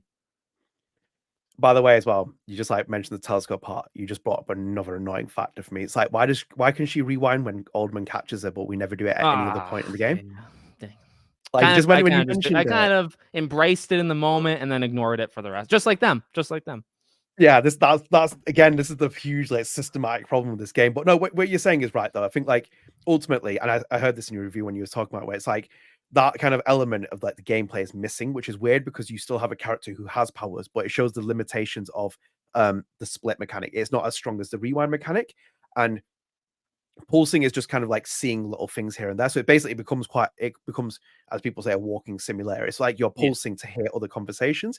It doesn't have that same agency as like empath, which I think in hindsight I'm looking at differently with Alex, because you start kind of maneuvering yourself in different ways in terms of the story, and in itself as well with like Daniel as well. It's like the powers you deal with powers in different ways. But this is the problem with the game, though, as you said, because outside of that first 2 chapters, which obviously everyone FOMO'd into and paid the extra money and like got caught into Square Enix's little trap as it was set by people, that's where they got caught off surprise. Because when you get into the rest of the game, it's all about trying to build the characters. Because as you said, Safi's only in it for 20 minutes. She's coming back into it, so they pull her back in like significant force. Hence why we have the entire Maya Carter storyline, the Lucas storyline, the Gwen storyline. This all starts unfolding because you basically spent the first 2 episodes letting people like mess around with powers, and you don't give more backstory for a lot of these other characters. I think that's where the issues come, because like as I said, I thought Abraxas was going to take a bigger role in this game. I did 1 puzzle box. It's gone after that. I'm like, what? I thought we'd find like, I thought I would find them like located in the town. And we would like open them and we'd have to do the puzzles, and then it would be like some big Abraxas ceremony or something. Doesn't lead anywhere. Even Vin as well. I don't know how he runs Abraxas. It's terrible. It's like he doesn't actually do anything. He just sits in. What is really Abraxas? To be honest with you, it's a discount Vortex club, I guess, is what you kind of. Loretta's, and I like Loretta. I think Loretta actually was a pretty sweet character. I even liked Safi acting as Loretta. I think the voice acting there was really good. She's in like 5 scenes, and I saw the tweet of like she never takes off her hat. That's also true. She's in the one outfit the whole time, but she's a cool character that they just don't, which is a bit weird though, because the marketing made out to be like a bigger character at some point. Like, I remember before watching the market, I was like, I was like, she's gonna be, and they're like, oh, she's got a true crimes podcast. It's like, for example, we're now in the place where you need to make games a bit more significant. So for example, I love Spider-Man when we have J. Jonah Jameson on like a podcast and he's like talking to you. Why is that not played at certain points when you're just walking down an alley, when you just see like Loretta Rice? It would fit her character for a podcast to be like, shoehorned onto the screen. And she's like, I've got this scoop for everyone. It's like little scoops that she is. Doesn't play anything, and I like Loretta Rice. I think it's really fun, like a really interesting character. I even thought like her actress, she seems like a sweetheart. Like nothing against her, but one thing I thought was kind of funny in the negative is like, all of them are coming out and saying, man, Hannah, I feel like was the longest, right? She said she's been working on it for 3 years. You have other actors saying 2. I think Ashley also said 2 or so, and it's like, why? You've been working with Loretta for 2 years? What, once a year? And it's just, I don't know. That's not to jab her, because I think she does a great job. I just kind of found that funny. It's like, you were in the game for like 5 minutes. You worked on it for 2 years. Yeah, it's there's a lot about the development in that game, which I'm so I mean, and everybody said, I mean, like if you started the game 3 years ago, you go into the sound booth once every 4 months. You worked on it for 3. It's a it's a thing the industry does. All right, let's Let me hear it. Now, I want to ask you like the two different parts I want both our thoughts on. So there's Yeah. the idea of Safi seemingly like going back to being good and then 5 seconds later being evil. I want to hear your thoughts on that one because that upset me because I was just actually stunned. And then of course Max Caulfield will return. So what did you think about, the saving Safi arc onward? I think that basically they didn't have the guts to do like a choice with Safi being saved, like in a certain route, and they had trajectory in the story into one direction. So ultimately, they didn't want to give you a choice where you could choose a different option for Safi because she's obviously going to play a bigger role in the next game. If however they're going to do that, Yeah. but that's the issue with where I was kind of annoyed because it's like there's no redemption arc for her. She's going down one direction, and again you've eliminated the agency, you've eliminated any choice, anything else. It's just a pure illusion of choice. So for me, like when she did that, I was kind of like, oh, what a surprise! Safi's going to turn. Oh, and she shot her mother, and her mother's like, saying this, and then like Safi's going a right her powers. It's like, yeah, we know where Safi's going here. We know what you're trying to do. It's heading in that one direction. Yeah, I wasn't surprised, dude, honestly. But I the was kind thing of like, with me, okay, the thing that I didn't get is I agree with everything you just said. yeah, But my issue, and I mean, it's an issue with the game. It's not an issue with like what we're talking about. Okay, so like the first half of the nightmare is about Max, and the second yeah, half of the nightmare is like saving Safi. And yeah.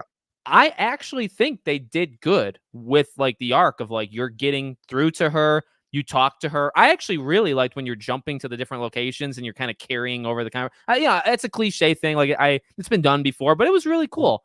And like there's some nice heart to heart moments, and Max is being vulnerable. And now again, it's kind of a catch-22 because she's saying some things that I don't know if Max, like I said in the very beginning, with like she basically says with my choice of the Chloe living. She Mhm. basically talks about the like the intense amount of like remorse she has, which is Yeah. fine. Again, that's the whole breakup thing I get. She would feel bad for killing those people, and that could lead to a breakup.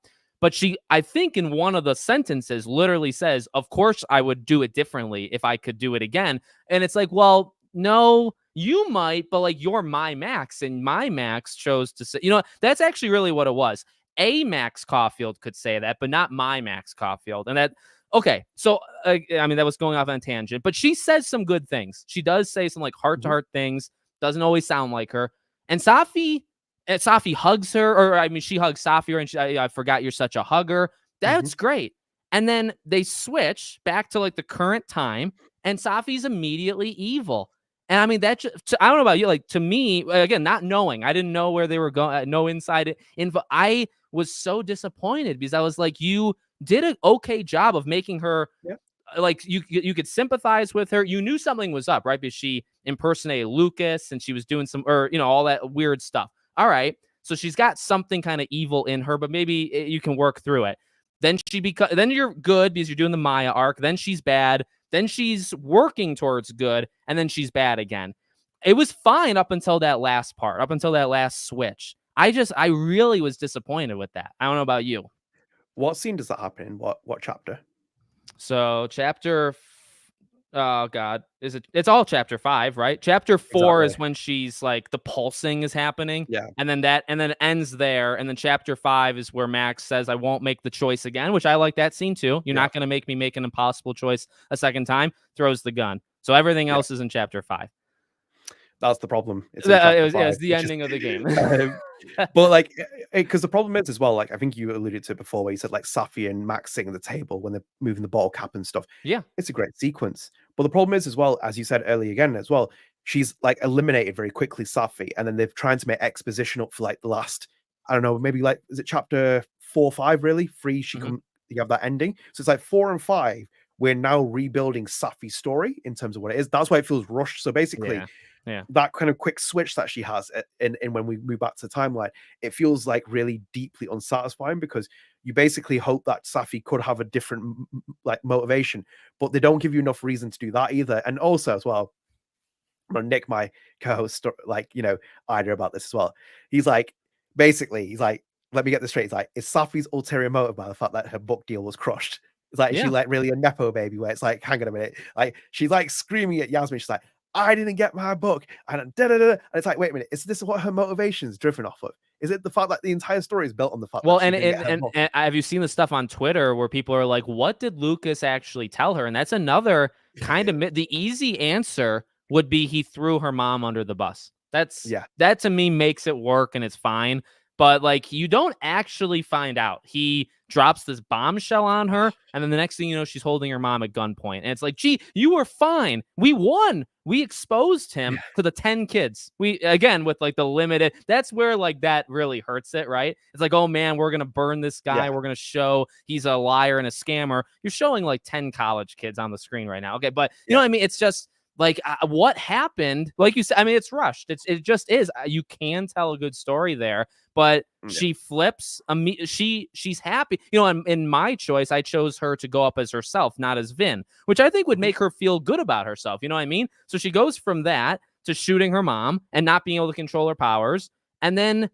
The one thing is we don't know what she went through in the first half of the Yeah, nightmare. Like that could be interesting too, right? Like Max worked through her stuff. What did Safi the Safi was there, but Max couldn't find her. So I imagine Safi was also doing a nightmare sequence of her own.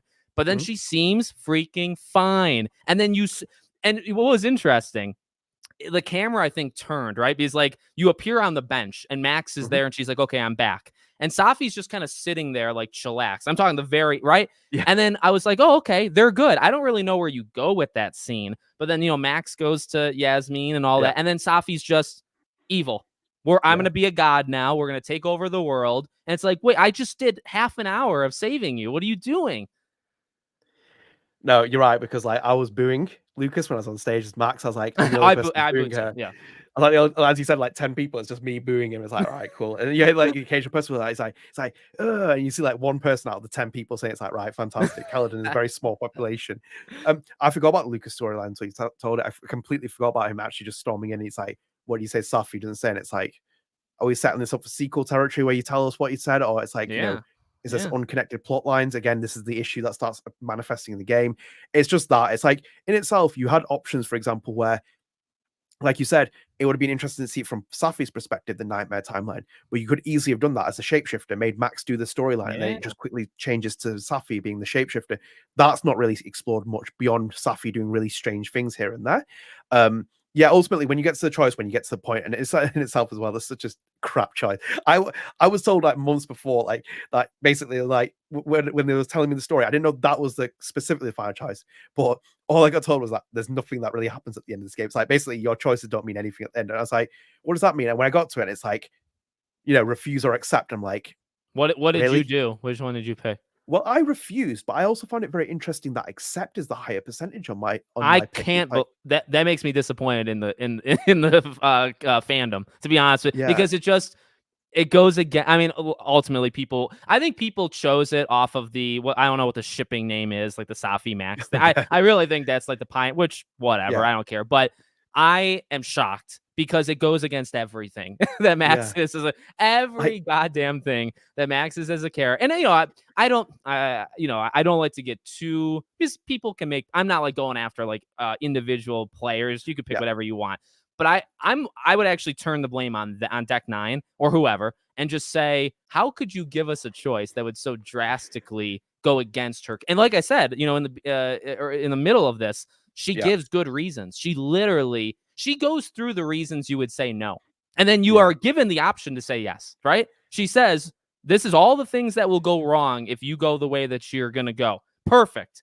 Okay, Max, are you with me or not? And you can say yes. You just said what could happen, and then you're going to say yes. So, I mean, I do blame players for picking that, but I yeah. also blame them for even like making Max be able Offering to it. say it. Yeah, offering it's just stupid because like if she turns into a villain the next game, whatever, I don't it's even the know. biggest I don't even know what character I would do. it's the biggest character assassination on any character in history because she's not shown anything to suggest that or even allude to it or become like that. Because like the fact that you're basically given the option where Max can become gods, as they can keep like alluding to with Safi. Again, With no this is a working character powers. with no working powers, and then again, depending on your ending, which includes the fact that they were trying to go off the Arcadia Bay ending here, it still makes no fucking sense because basically Max decides not to use her powers. Am I screaming into a void here? Like I'm screaming into a void here. No, And you're also not. as well, I will just say one thing as well because I caught in my eye. I saw a comment here from Jackie Plays where it says this it seems like the end of the Life is Strange franchise.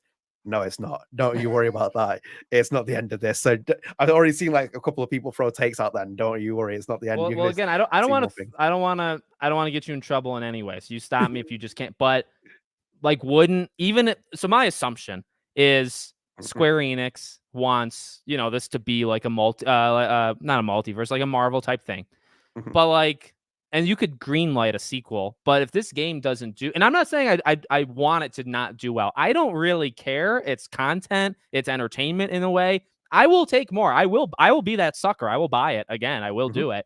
But do you think it's possible like they could, or because it's so cheap with Deck 9, and it's also, as I think I told you, you know, off camera, and I'm sure the chat knows, like Life is Strange is one of the only Western things that Square, they Mhm. purposely retained it, right? They want it. Yeah. So it's easy to make, it's cheap. It probably does do okay sales, even though Mhm. none of them have done as good as one. Do you think Yeah. there's a world where you don't get like this game kills the franchise? My co-host always says to me, it's like, one of the things that you find in journalism when someone says no comment, you should Yeah. always dig a bit more in No, something. no, yeah, I And get that. I mean, and I again, my own assumption is that they are already going to start working on the next one. But if this game goes on to sell 600,000 units, that's, you know what I mean. Like, what do you do there? You have to probably pivot just in the game. I mean, I'm sure maybe then you would continue to make the game, but you got mhm, to make some, you know, choices to yeah. try to win people back. I don't know, you know. As far as I'm aware, Yeah. people always say this week, as far as I'm aware, this is Nobody not the end watched. of the By the franchise. way, no like big people care about me or any of my. So breaking news here won't get attention, Well, won't get you in trouble. Just to let well, you you, know. well, you say that, but I've got like a unfortunately like people pick up things when I've That's said them true. like That on you different bring places. it to me. Yeah, Um, that's fine. but as far as I'm aware, this is not the end of the franchise, Yeah. irrespective of what happens. Like again, things could change. I've had people when I said it about. I had a couple of tweets when people were tweeting me about like Chloe Price and stuff, and I got caught on like Reddit. Someone even mentioned my name with Jason Schreier in a sentence. I was like, please never do that Oh because my that god. guy's in. I was like, that guy's in a different league. He's an actual investigative reporter. I do different senses of journalism, and I've only got more investigative in this sense of this area, this franchise recently, among many other things. Like the last 2 or 3 years, I've been building more of a kind of idea with things in it. Um, but I don't think that they are, as far as I'm aware, this is not the end of the franchise. They have no plans to shelf it, no plans to do it. In itself as well, the message is very clear because they wouldn't just put that as something out there and then be like, we're done here. Yeah. They wouldn't just do it as a teasing thing. They've intentionally done it in terms of that what they want you to know. Because again, as we talked about, soft reboot idea, it's all being sold there. We've kind of complained as like people who played the original game, all these areas it screams soft reboot. Been saying this for months, and it's going down that. And as I said, like as far as I'm aware, I'm not going to say anything more Yeah. to No. get myself in like things. Yeah. Yeah. I I know that it's not the end of the franchise. There's no intention to end the franchise at this point. There's no plans to shelf it. Whatever people keep saying, none of that's happening at the moment.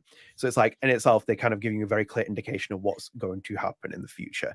And I think that people need to brace themselves because that's why my frustrations and furies are happening. Because, for example, they basically set this up like, look at the way their game has ended. Like, what they're about to do going forward. And I was like making jokes as well before I put Sean and Diaz and Sean and Daniel when I Yeah. put Goldberg. And it's like, you're next, guys. And it's like, you probably are going to be next. It's like they're going down this route. And one thing that I know, if anything, and this was like, a couple of like things that I was told, it's like if Deck 9 doesn't do these games, then they'll get another contractor. Because as you said, this is their one Western IP that they've really like relied on. They'll just give it to another studio. It's going to be like that thing. If Deck 9 was like tomorrow, like we're done here, I don't think they would because it would be They financial can't. suicide. They are in so much trouble. Money. What there's no way they could let it Yeah. go. Yeah. Because like their studio, like so for example, look at Donut. For example, Donut is in a very precarious situation. They're about to axe a couple of jobs. Nothing since Life is Strange has like really sold massively in terms of success. You ever look at their financial earnings? It's always Vampire and Life is Strange royalties that come in for that. Yep. Nothing other than that. And it's like they're basically like banking on like huge success with Lost Records. Let's see if that actually happens the way it does. But as far as I'm aware, the franchise isn't done him. So it's like, I've So said with this to that being people said, before. the final part to this live stream, what do you like? Where are you on? Okay, tell me like a path. We're in this situation, right? Like we're stuck with it. So Mhm. like, where would you like to see like a How do you think a superhero thing could work? Like, do you think there's a way to pull it, whether it does or doesn't? Do you think there's a way that you would do it where it could be pulled off? Well, someone said to me, do you have any hope for the franchise on Twitter? And I responded saying no. Yeah. Yeah. um, that's currently where I'm at because the pivot has already started. Yeah. And I don't know the length of what they're going to go in terms of like whether it's going to go like full blown like terms of different gameplay direction or something, or if it's just going to be kept in the same narrative thing. The problem, I just seen a message that says it's strangers assemble. I'm like, oh come on, man. I hate the Avengers thing. Do you know what the worst part was as well? I saw it with on in the PAX West panel with Jonathan Stauder, the game director. Yeah. Someone asked him there saying, "Can we see an Avengers style game?" Man, And I was generally watching stuff, this. and I get it. You know how studios talk. They all do. You know, it's not for us. It's not. They talk very cryptically. Yeah. They lie to you directly to your face and releases and all that stuff. I get it. But for that specific thing to be brought up, you know what I mean? And like he knows, he's sitting there thinking Max Caulfield will return, and you can see it in every goddamn Marvel movie. You see it, right? He sees it. And then he's asked about Marvel, and he just looks at them and says no. You know what I mean? It's like, gosh, I can respect it because he has to say it. But like, I can't believe that it actually happened. But now my question, like, who dies in 2? Can't one of them die? Yeah, Sean can die. So like, what do you do there with this? You just have Daniel? Well, as you see, Alex as well, we've already like destroyed Chloe twice. But So here's where we would massively disagree. I don't care what they do with anything. Burn Life is Strange 2 to the ground in Double Exposure 2. You won't hear a peep from me. You'll hear it for everything we just talked about today. But that's just my thoughts on that one. But yeah, I imagine you have to make a decision now on that game, don't you? You have to. Yeah, I think you should play Life is Strange 2 again. I mean, maybe I'm going to. I don't think I'm going to like it. I gotta be real. I really don't. I think it's an interesting piece, but I think you should give it another shot and see what you think of it. It's always one of those things that can win people over sometimes. I honestly don't know what they're going to do because at this point, if you're looking at the optics of the game, how it ends, it seems to set up with everyone who's in the bar seems to be like, we're going to put you in the sequel because it's like we're bringing these characters in, they will probably play it because it's like almost like a soft reboot, as I said, because like one of the advantages you have going for another game if they do it, as it seems to be suggesting, you basically can start the game from a timeline of this timeline. So you basically don't even have to accept the first game. Ignore choosing Bay and Bay. You basically have to choose between did you refuse or accept Safi's offer and who's your love interest in terms of Amanda and Vin Lang, or even you can just disregard that as well if you want. That's a bit of a disregard one. It seems to be like the Safi one is more important. The way that they're doing it, I don't know what they're going to do because Max Caulfield, like is she the main character of the next game? Is she not the main character of the next game? You have that entire thing with Diamond that happens out of nowhere. Like why? But I laughed. Diamond? I personally, I didn't laugh at all in this entire game. Yeah, I laughed when I saw she had the nosebleed, and I said, "There's no way you're not doing this right now." And then she's the first Avenger to assemble. But Alex, when's that become a canon thing? Because does Alex Chen get nosebleeds? Does Daniel Diaz get why did they do that? I've seen nosebleeds before. Yeah, people get those, Safi. I don't know if you're aware. Yeah, but like Safi gets like shapeshifting, but like it's not like it's a distinct ability that gets like just nosebleeds. Well, Safi, doesn't she have like a neck? Because every time she transforms, and I thought they were gonna do something with that because I thought that was interesting. Like when Safi changes into Max on the sofa, and then she like goes like, you know what I mean? She seemingly has like physical pain, maybe that happens when which is cool. I like that idea. But her nose doesn't bleed, does it? So it's like. Yeah, I don't understand what they're doing with Diamond there. It was a bit weird though, because I like Diamond. I like their voice. Oh yeah, she's fine, but why in God's name does she have powers? Well, it's like when she just turns up in that nightmare sequence. It's like she's there, and it's like okay, we're now establishing that she has some like distinct, unique ability to be there because like she doesn't need a double exposure photo, for example, to get Safi off her. She that's why it shows like she has a power in some kind of way, shape, or form. But it's like why her though? Because you only meet her sporadically, and she doesn't give you enough hints to suggest that she is a phenomenon, a power or something. So in itself, there could be an argument that, for example, Diamond is the main protagonist of the next game. Max is an extension to Safi because, again, Max doesn't have a power really at the end of this game. Like they seem to establish that. Like she doesn't have a distinct power. So it's like, is Diamond the protagonist in the next game? I think that if you want something to make me quit, I think that's what would make me quit. I think I feel like Max has to. One thing this game does do, okay, regardless of the soft reboot, me personally, I think it takes away the anthology thing and it says Max is whether it's our Max or not, Max is still Life is Strange. That's that's kind of, and I mean, to be honest, they could have gone that way in the very beginning, but not chose. You know what I mean? You had a choice whether Life is Strange was an anthology or a Max game, like Uncharted, Nathan Drake, right? And they didn't do that. Now this game, at least just to my eyes, shows that yes, Life is Strange is Max. You know what I mean? Yeah. And so Which, and that's okay. Honestly, I actually think that's fine if you want but to do that. but it's also a shame though as well because like the anthology model is what they were setting Yeah, off yeah, from because you even lose a lot. You lose a lot from doing it, but I think it was always an option yeah. that would have been fine if you did it. But I think that you kind of pay homage to the other characters. So, for example, like I was watching a couple of interviews recently and going back and watching things. Like Zach Garris even says it in the True Colors presentation. He says, like, you know, we respected the idea of going for an anthology very quickly. And then that's the problem with the game because, like, when people say it's like one thing that really irked me in the marketing for this game, it was like, we're sticking to the Life is Strange DNA. And I'm like, what? It's like, I saw this with like essays, you know, Resident Evil 7. I love that game so much. But I saw people write essays and it's like, this is going back to the Resident Evil DNA. I'm like, what?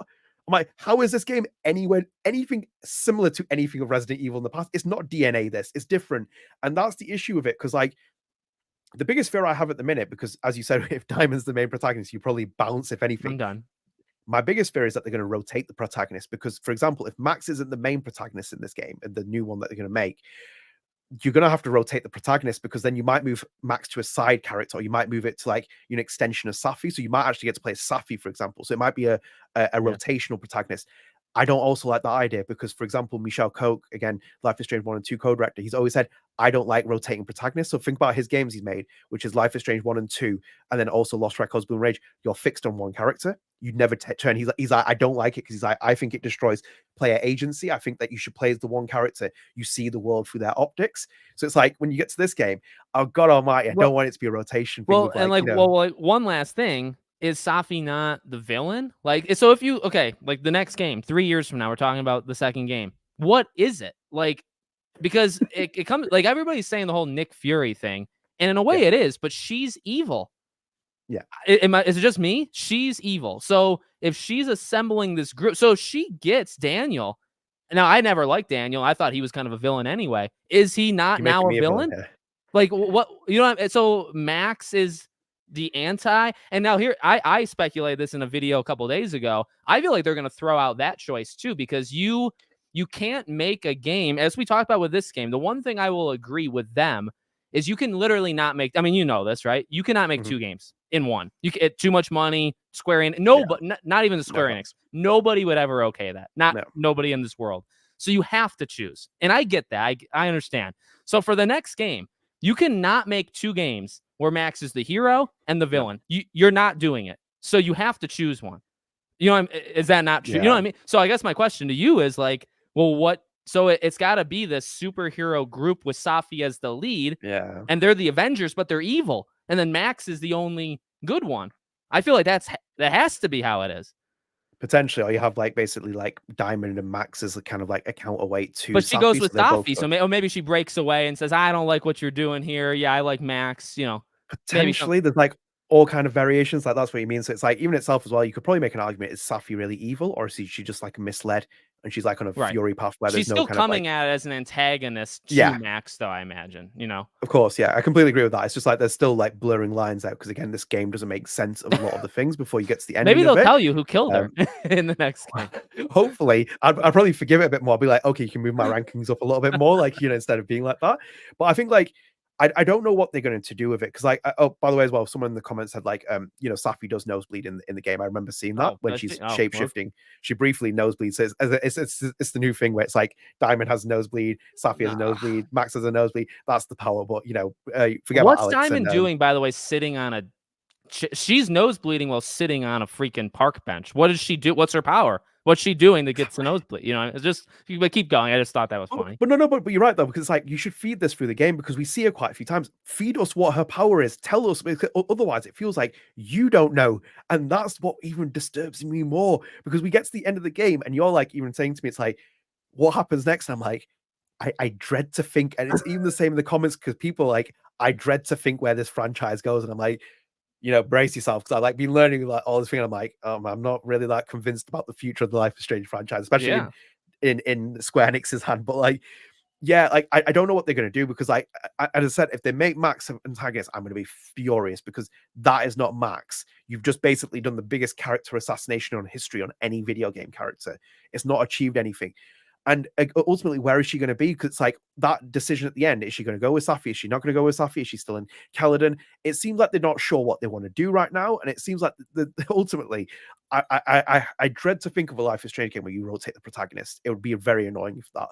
Well, yeah, but she can join Safi. It is the issue. What scares me the most is that the fans have made that the majority opinion. Now, I don't know, like if they're making the game and they immediately started, say, like a few months ago or whatever, they're not thinking about that. They have their own, canon of their own. So maybe it doesn't matter. But like, the Chloe Arcadia Bay thing was always like 60-40, 55-40. Yeah. It was actually kind of close, right?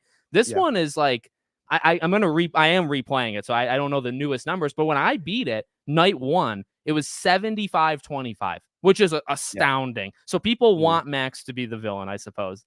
Oh God Almighty, it's just so And that's what the weird. people want. I'm a man of the people, so that's what they want.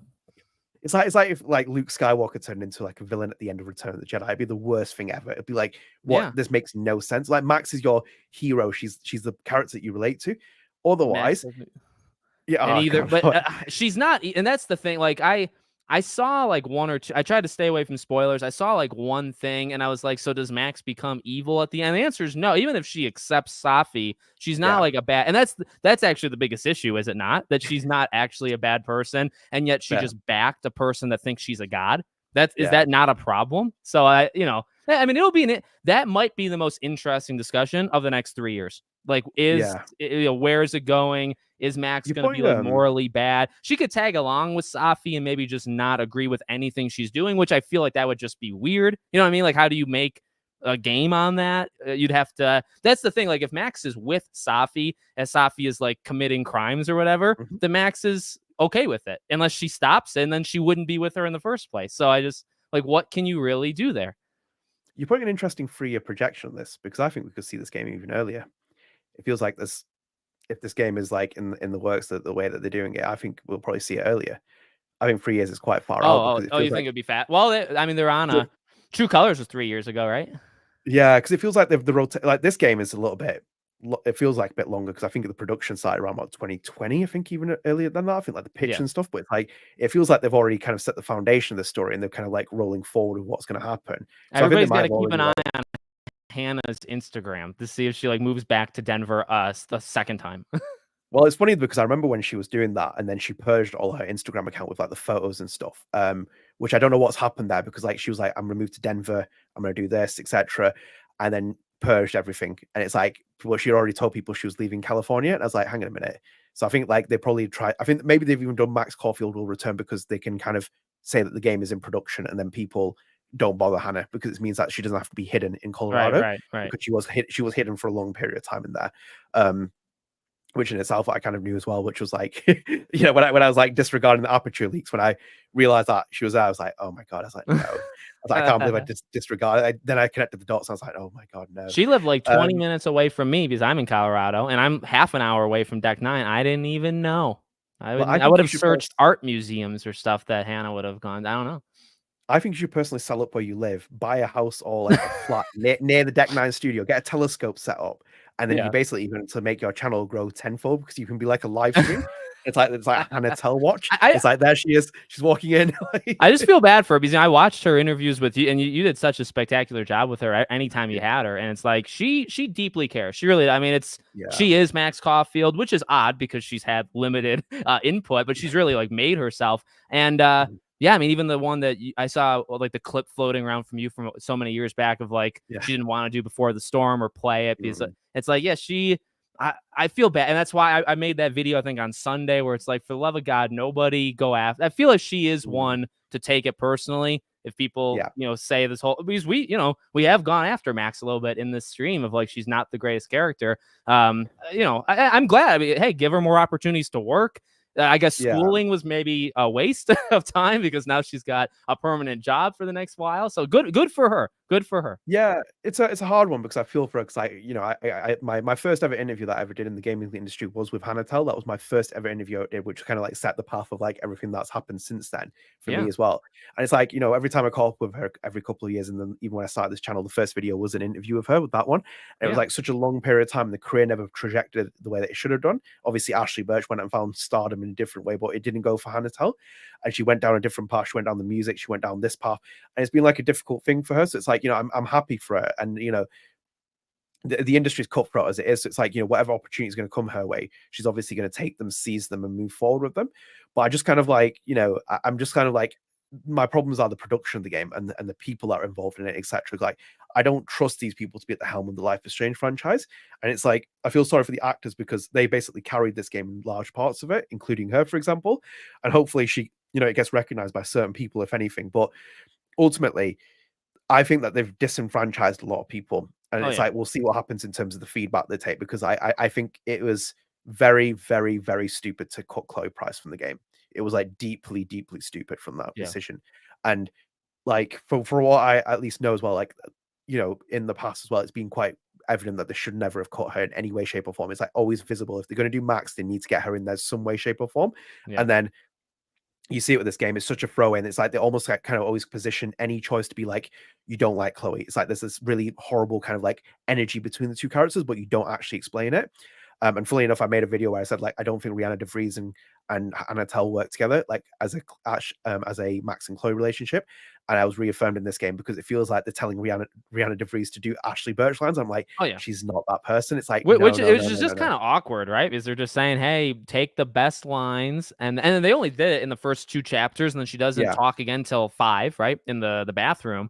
And it's the new line. And so there's our new line. That's what we were getting so excited about, was that line. One freaking line. But yeah, I think she does a great job, honestly. Like, if the Ashley Birch thing is true with Square Enix, that's never going to happen. But hopefully, I don't know, I want them to hear people. And there was a thing in the chat even a while ago where it's like, you got to think going into this next game, we keep saying it, soft reboot. Yeah. This is the starting point. If this game does like fine but not good, that's not a great starting point for the next game that's like banking, from sales for Square Enix. Yeah. So like they got to be so careful, because while this game might not kill the franchise, the next game might, because they'll see it and say, oh, where did everybody?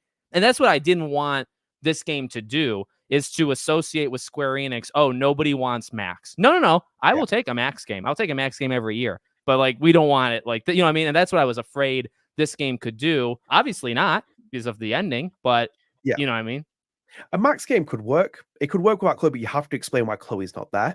And give good exposition behind it. Because even in an idea, for example, like this game as well, they could have basically taken Max's power away from the entire game. So it's like, she doesn't have any power. She's mortal, blah, blah. And Diamond's the person that has powers. And you do a Life is Strange 2 approach where it's like the other character has powers and you influence their choices. Max becomes a mentor for this person, teaches her wisdom, teaches her ideas, saying you shouldn't use the powers. And then obviously then you have the God complex that comes out later from Max with Safi. You can explain that. But otherwise, it makes no sense with it. And it's like with even with Chloe Price, for example, I'll be even like bold with this. Recast her. If you can't get Ashley Birch for it, whatever reason, just recast her. Like, there's other people that could easily take into that step of that role and make it their own. Because I think Rihanna DeVries is different for me, because I think Rihanna DeVries works good as a Chloe Price from Before the Storm. But I don't think Rihanna DeVries is my personal opinion is the right pick for a Chloe Price opposite Max Caulfield in an older version. I think you can age the character, you can pick someone different like that.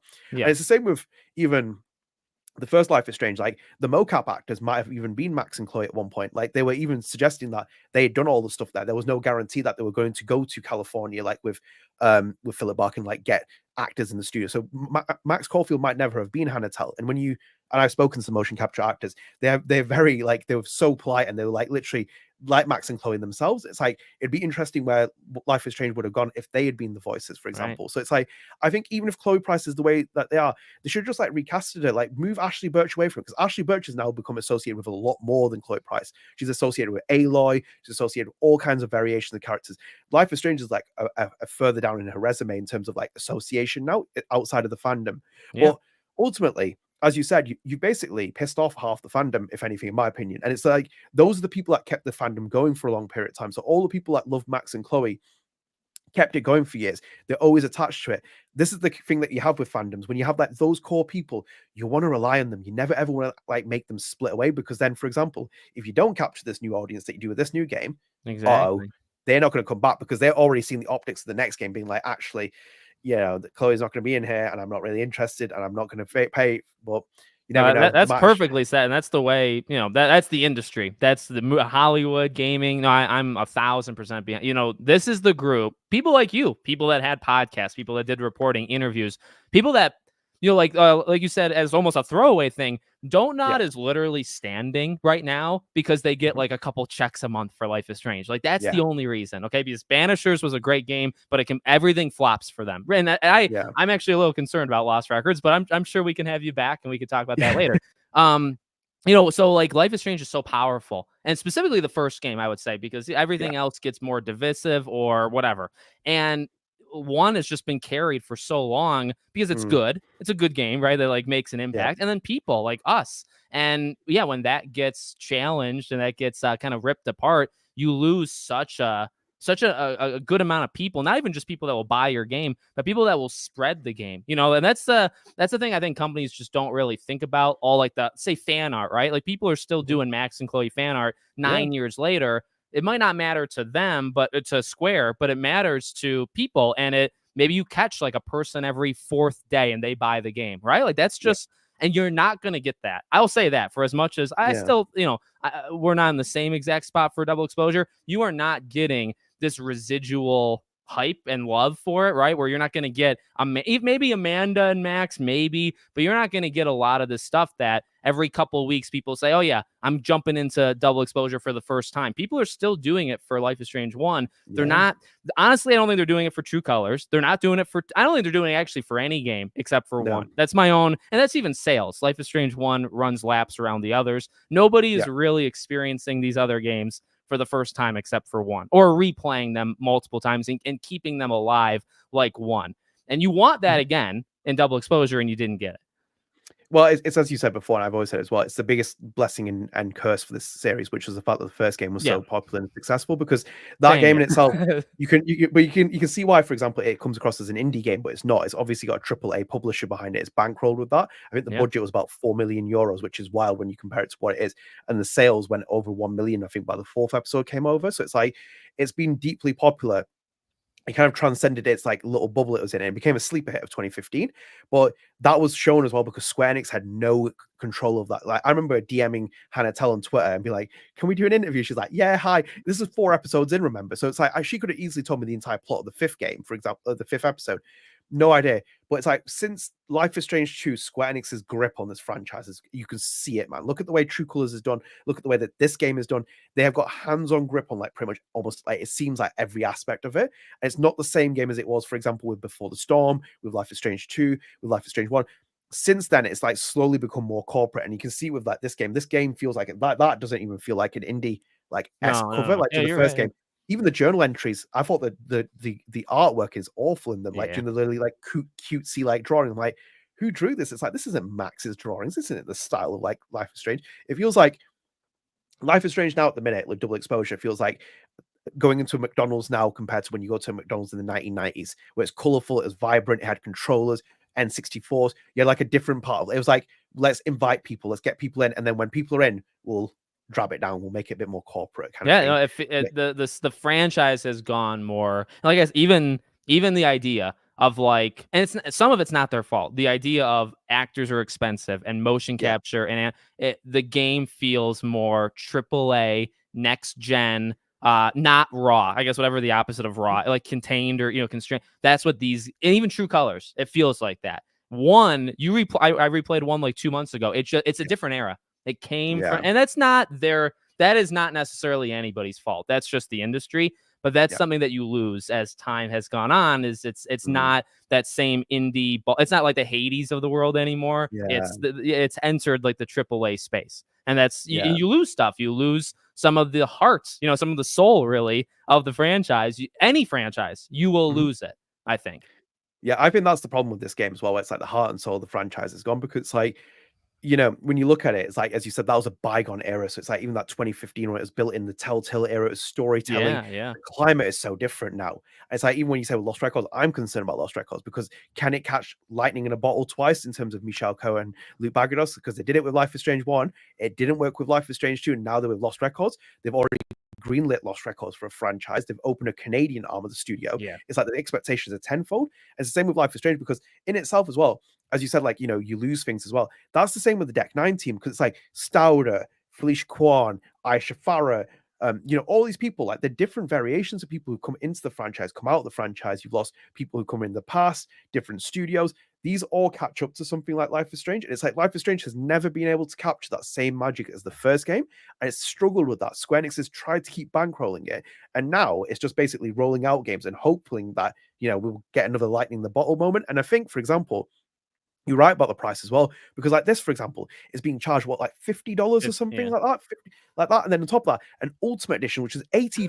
So it's like when people keep saying to me, it's like, you know, they you know, they're going to get hurt with sales. I'm like, they've already FOMO'd people in for $80. So if anyone who didn't buy it, for example, they've already almost met that margin of 2 people buying the game. For context, for example, they haven't announced the official price, but I think Lost Records is coming to physical release later next year. It won't come out at launch. Yeah. But I think like the game price is like $35, £35, something like that. You could basically buy 2 copies of Lost Records on physical for the price of Life is Strange Double Exposure Ultimate Edition.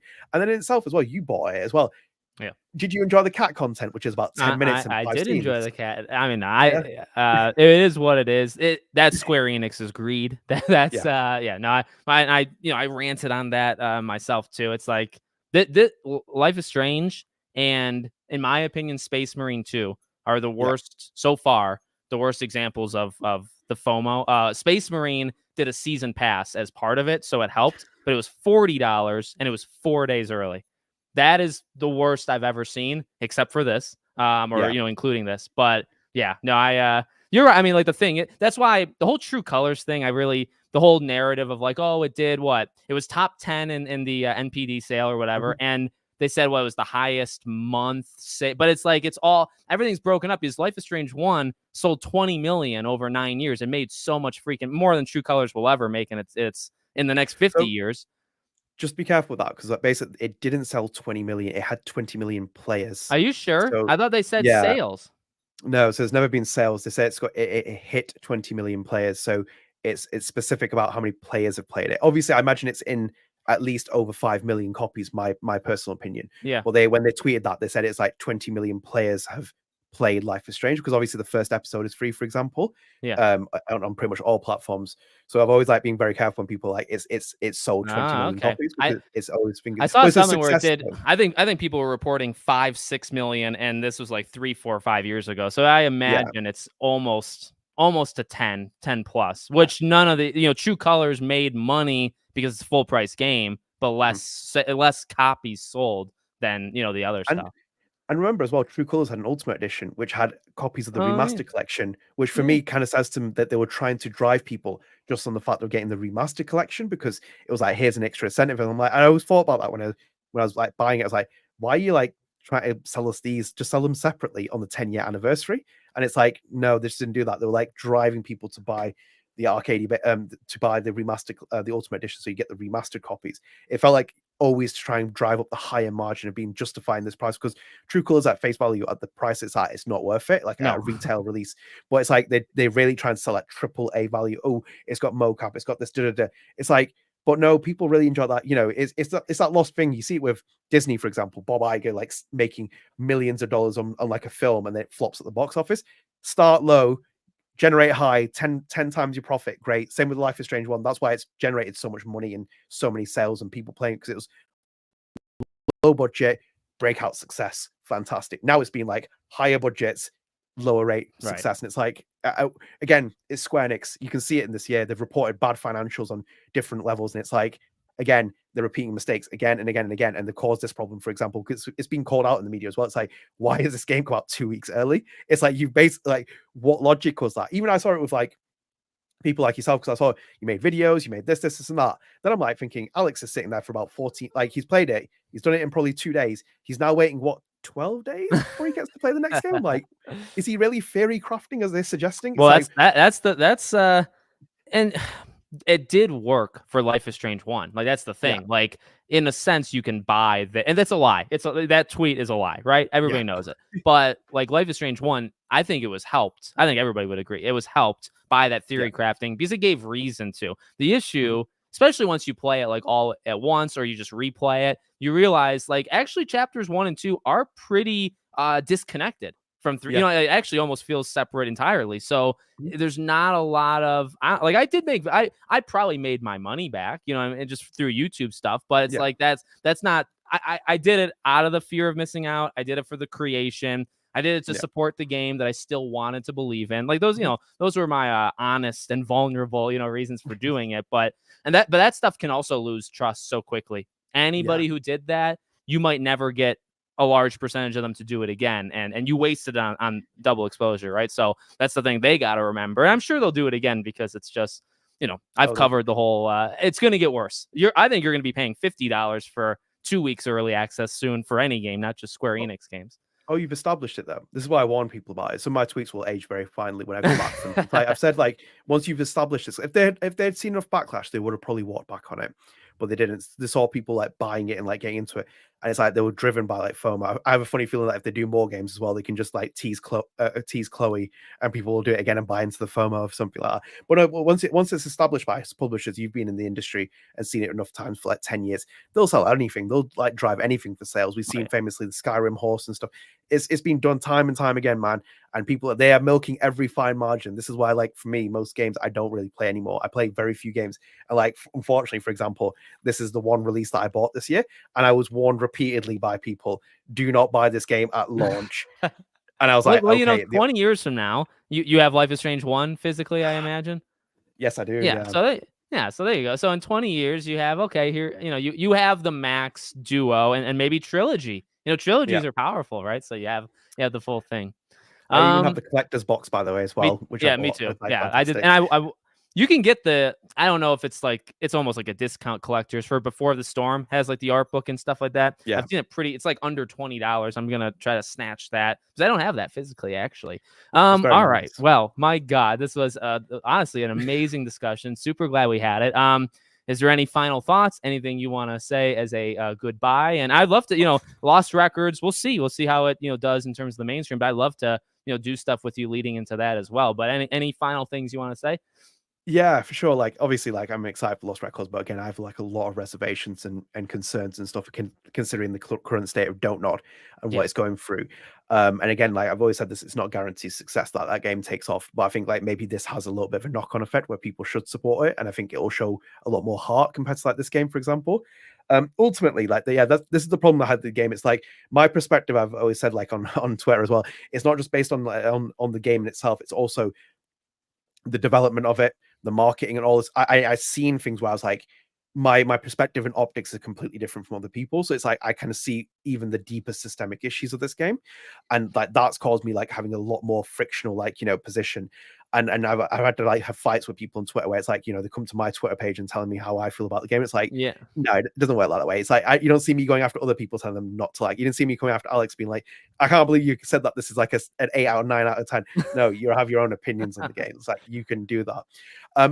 Personally speaking, mine is going to be on a really gloomy note. I don't have much faith in the franchise now at this point. I think it's going to really struggle to like build confidence back. I think that a lot of confidence has been destroyed in the franchise. I think with a lot of people.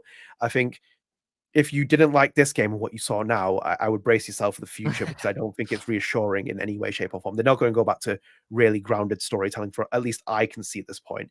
It seems like it's setting up for what it is. And obviously it's been like, you know, I've seen the funny memes of like, you know, the Avengers heads all cut out and you see Alex Chen and people on top of it. And I'm like, oh my God. I don't know. Cause like for me, if anything, and I'll kind of wrap my part up here. It's like, for me, I've spent enough time thinking like, where do I sit here? Do I continue doing my YouTube? Do I continue covering the series, etc.? For me, it probably will be, but it'll be more applied criticism and a lot of heavy criticism, because whichever direction you can't fake it. You got to be genuine to how you feel. You know, otherwise there's no point anyway. You know. Yeah, it's very hard, because it's like we've talked about transparency in like some of the other episodes, and I think we had a big one about the Reddit fiasco that we've had, but we'll talk about that another time. You know, it's more about transparency. So it's like I couldn't sit there with people on the podcast who do come and enjoy it, and we've had like a big uptick with people following it, etc. I couldn't sit there and lie to people and be like, you know, this is good, you know, Chloe Price is gonna be in the game, because I'm like, it's not going to happen. And you saw like the copium overloads from people who were doing it, and then obviously I was making jokes saying, we warned you, we told you, but it's more than that. It's like, I also feel sad about it, because I've always said, like, for example, if Life is Strange dies, we lose something which we might not ever get again, because you've seen it before in the past with Capcom. I love Dead Rising, for example. We only recently got a Dead Rising remaster, remake, whatever you want to call it. We But sure it's like did. people have been screaming for it for years, for saying we want a new Dead Rising game, like continue the story on from 5, reboot it. You see it with like, Devil May Cry, for example, but like Capcom's ruthless as a publisher, for example. That could happen with it because, like, for example, if Square Enix bin off this IP, for example, they ain't gonna sell it. They don't have to sell it. Once you own something, like, you don't have to sell it like that outright. You can keep it as long as you want. So you might just lose Life is Strange forever at that point. So it's like, all I really wanted was at least a directional change where it's like, we keep things going on the positive path. But my God, when I saw that ending where I was like, Max Caulfield's return, I was like, all right, fantastic. Let's Now, did you know that ahead of time, or did you see it like yeah. genuinely? You knew it ahead. I, Okay. I didn't know that the message was there. Like, Oh, I didn't okay. know that message was there, but I knew that they were going to do something like Oh, that. I see. I And it see. was like, Yeah, and it you was were like, kind of waiting for what will they show me yeah, to prove that something happened. Okay. yeah. Yeah. Basically, I was sitting in the background for a lot of this, like, last 4 weeks, watching people's reaction. I was Yeah. sitting there thinking, I was like, it can't get any worse from here. I was like, no, it's gonna get worse. It's gonna get worse. And it's like one thing after another. I was like, oh boy. And I saw it, I was like, yeah. And then you've seen like people react to it. Even like, for example, I know Nicefield was in the chat previously, was like, Nicefield gave like a scathing review for like the game in itself. And it was like, Yeah. it's a fair assessment because it's like someone like who's that prominent in the Life is Strange community, more so than like most people, to feel the way that they have done, it says a lot about where the franchise's direction's going. And I think like that's where I'm currently at. I'm kind of like sitting here being like, okay, my role will probably be to be criticizing things and being more critical and like focusing on that and seeing where the direction goes. Because ultimately, if you fail with this pivot, oh boy, I'm Yeah. sitting here waiting for a review to be dropping from me. It's going to be like pretty scathing because we do actually have a review and a spoiler cast coming on our podcast next week. And Yeah, my yeah. my Well, co-host is and like itching. I said, you've done an awesome job, and obviously, I think a lot of people know who you are. But if you don't know who he is, make sure you follow him, Twitter, YouTube. No, this was a great chat. I want I don't know, as I've gotten older, I feel like I want to be optimistic. Like I think I am a realist, but I do want to be optimistic, and I will be honest and just as long as Max is around, I think they'll always have part of me. Much like Yeah. she's kind of in this game, maybe not all the way, but they'll always have a little bit of me that supports them. Mhm. But yeah, I mean, let us know what you guys think. Later on in the video. Honestly, appreciate you, man, for coming Thank you. on. And man, I think we went through it. We went through the ringer there, but we had a lot of fun.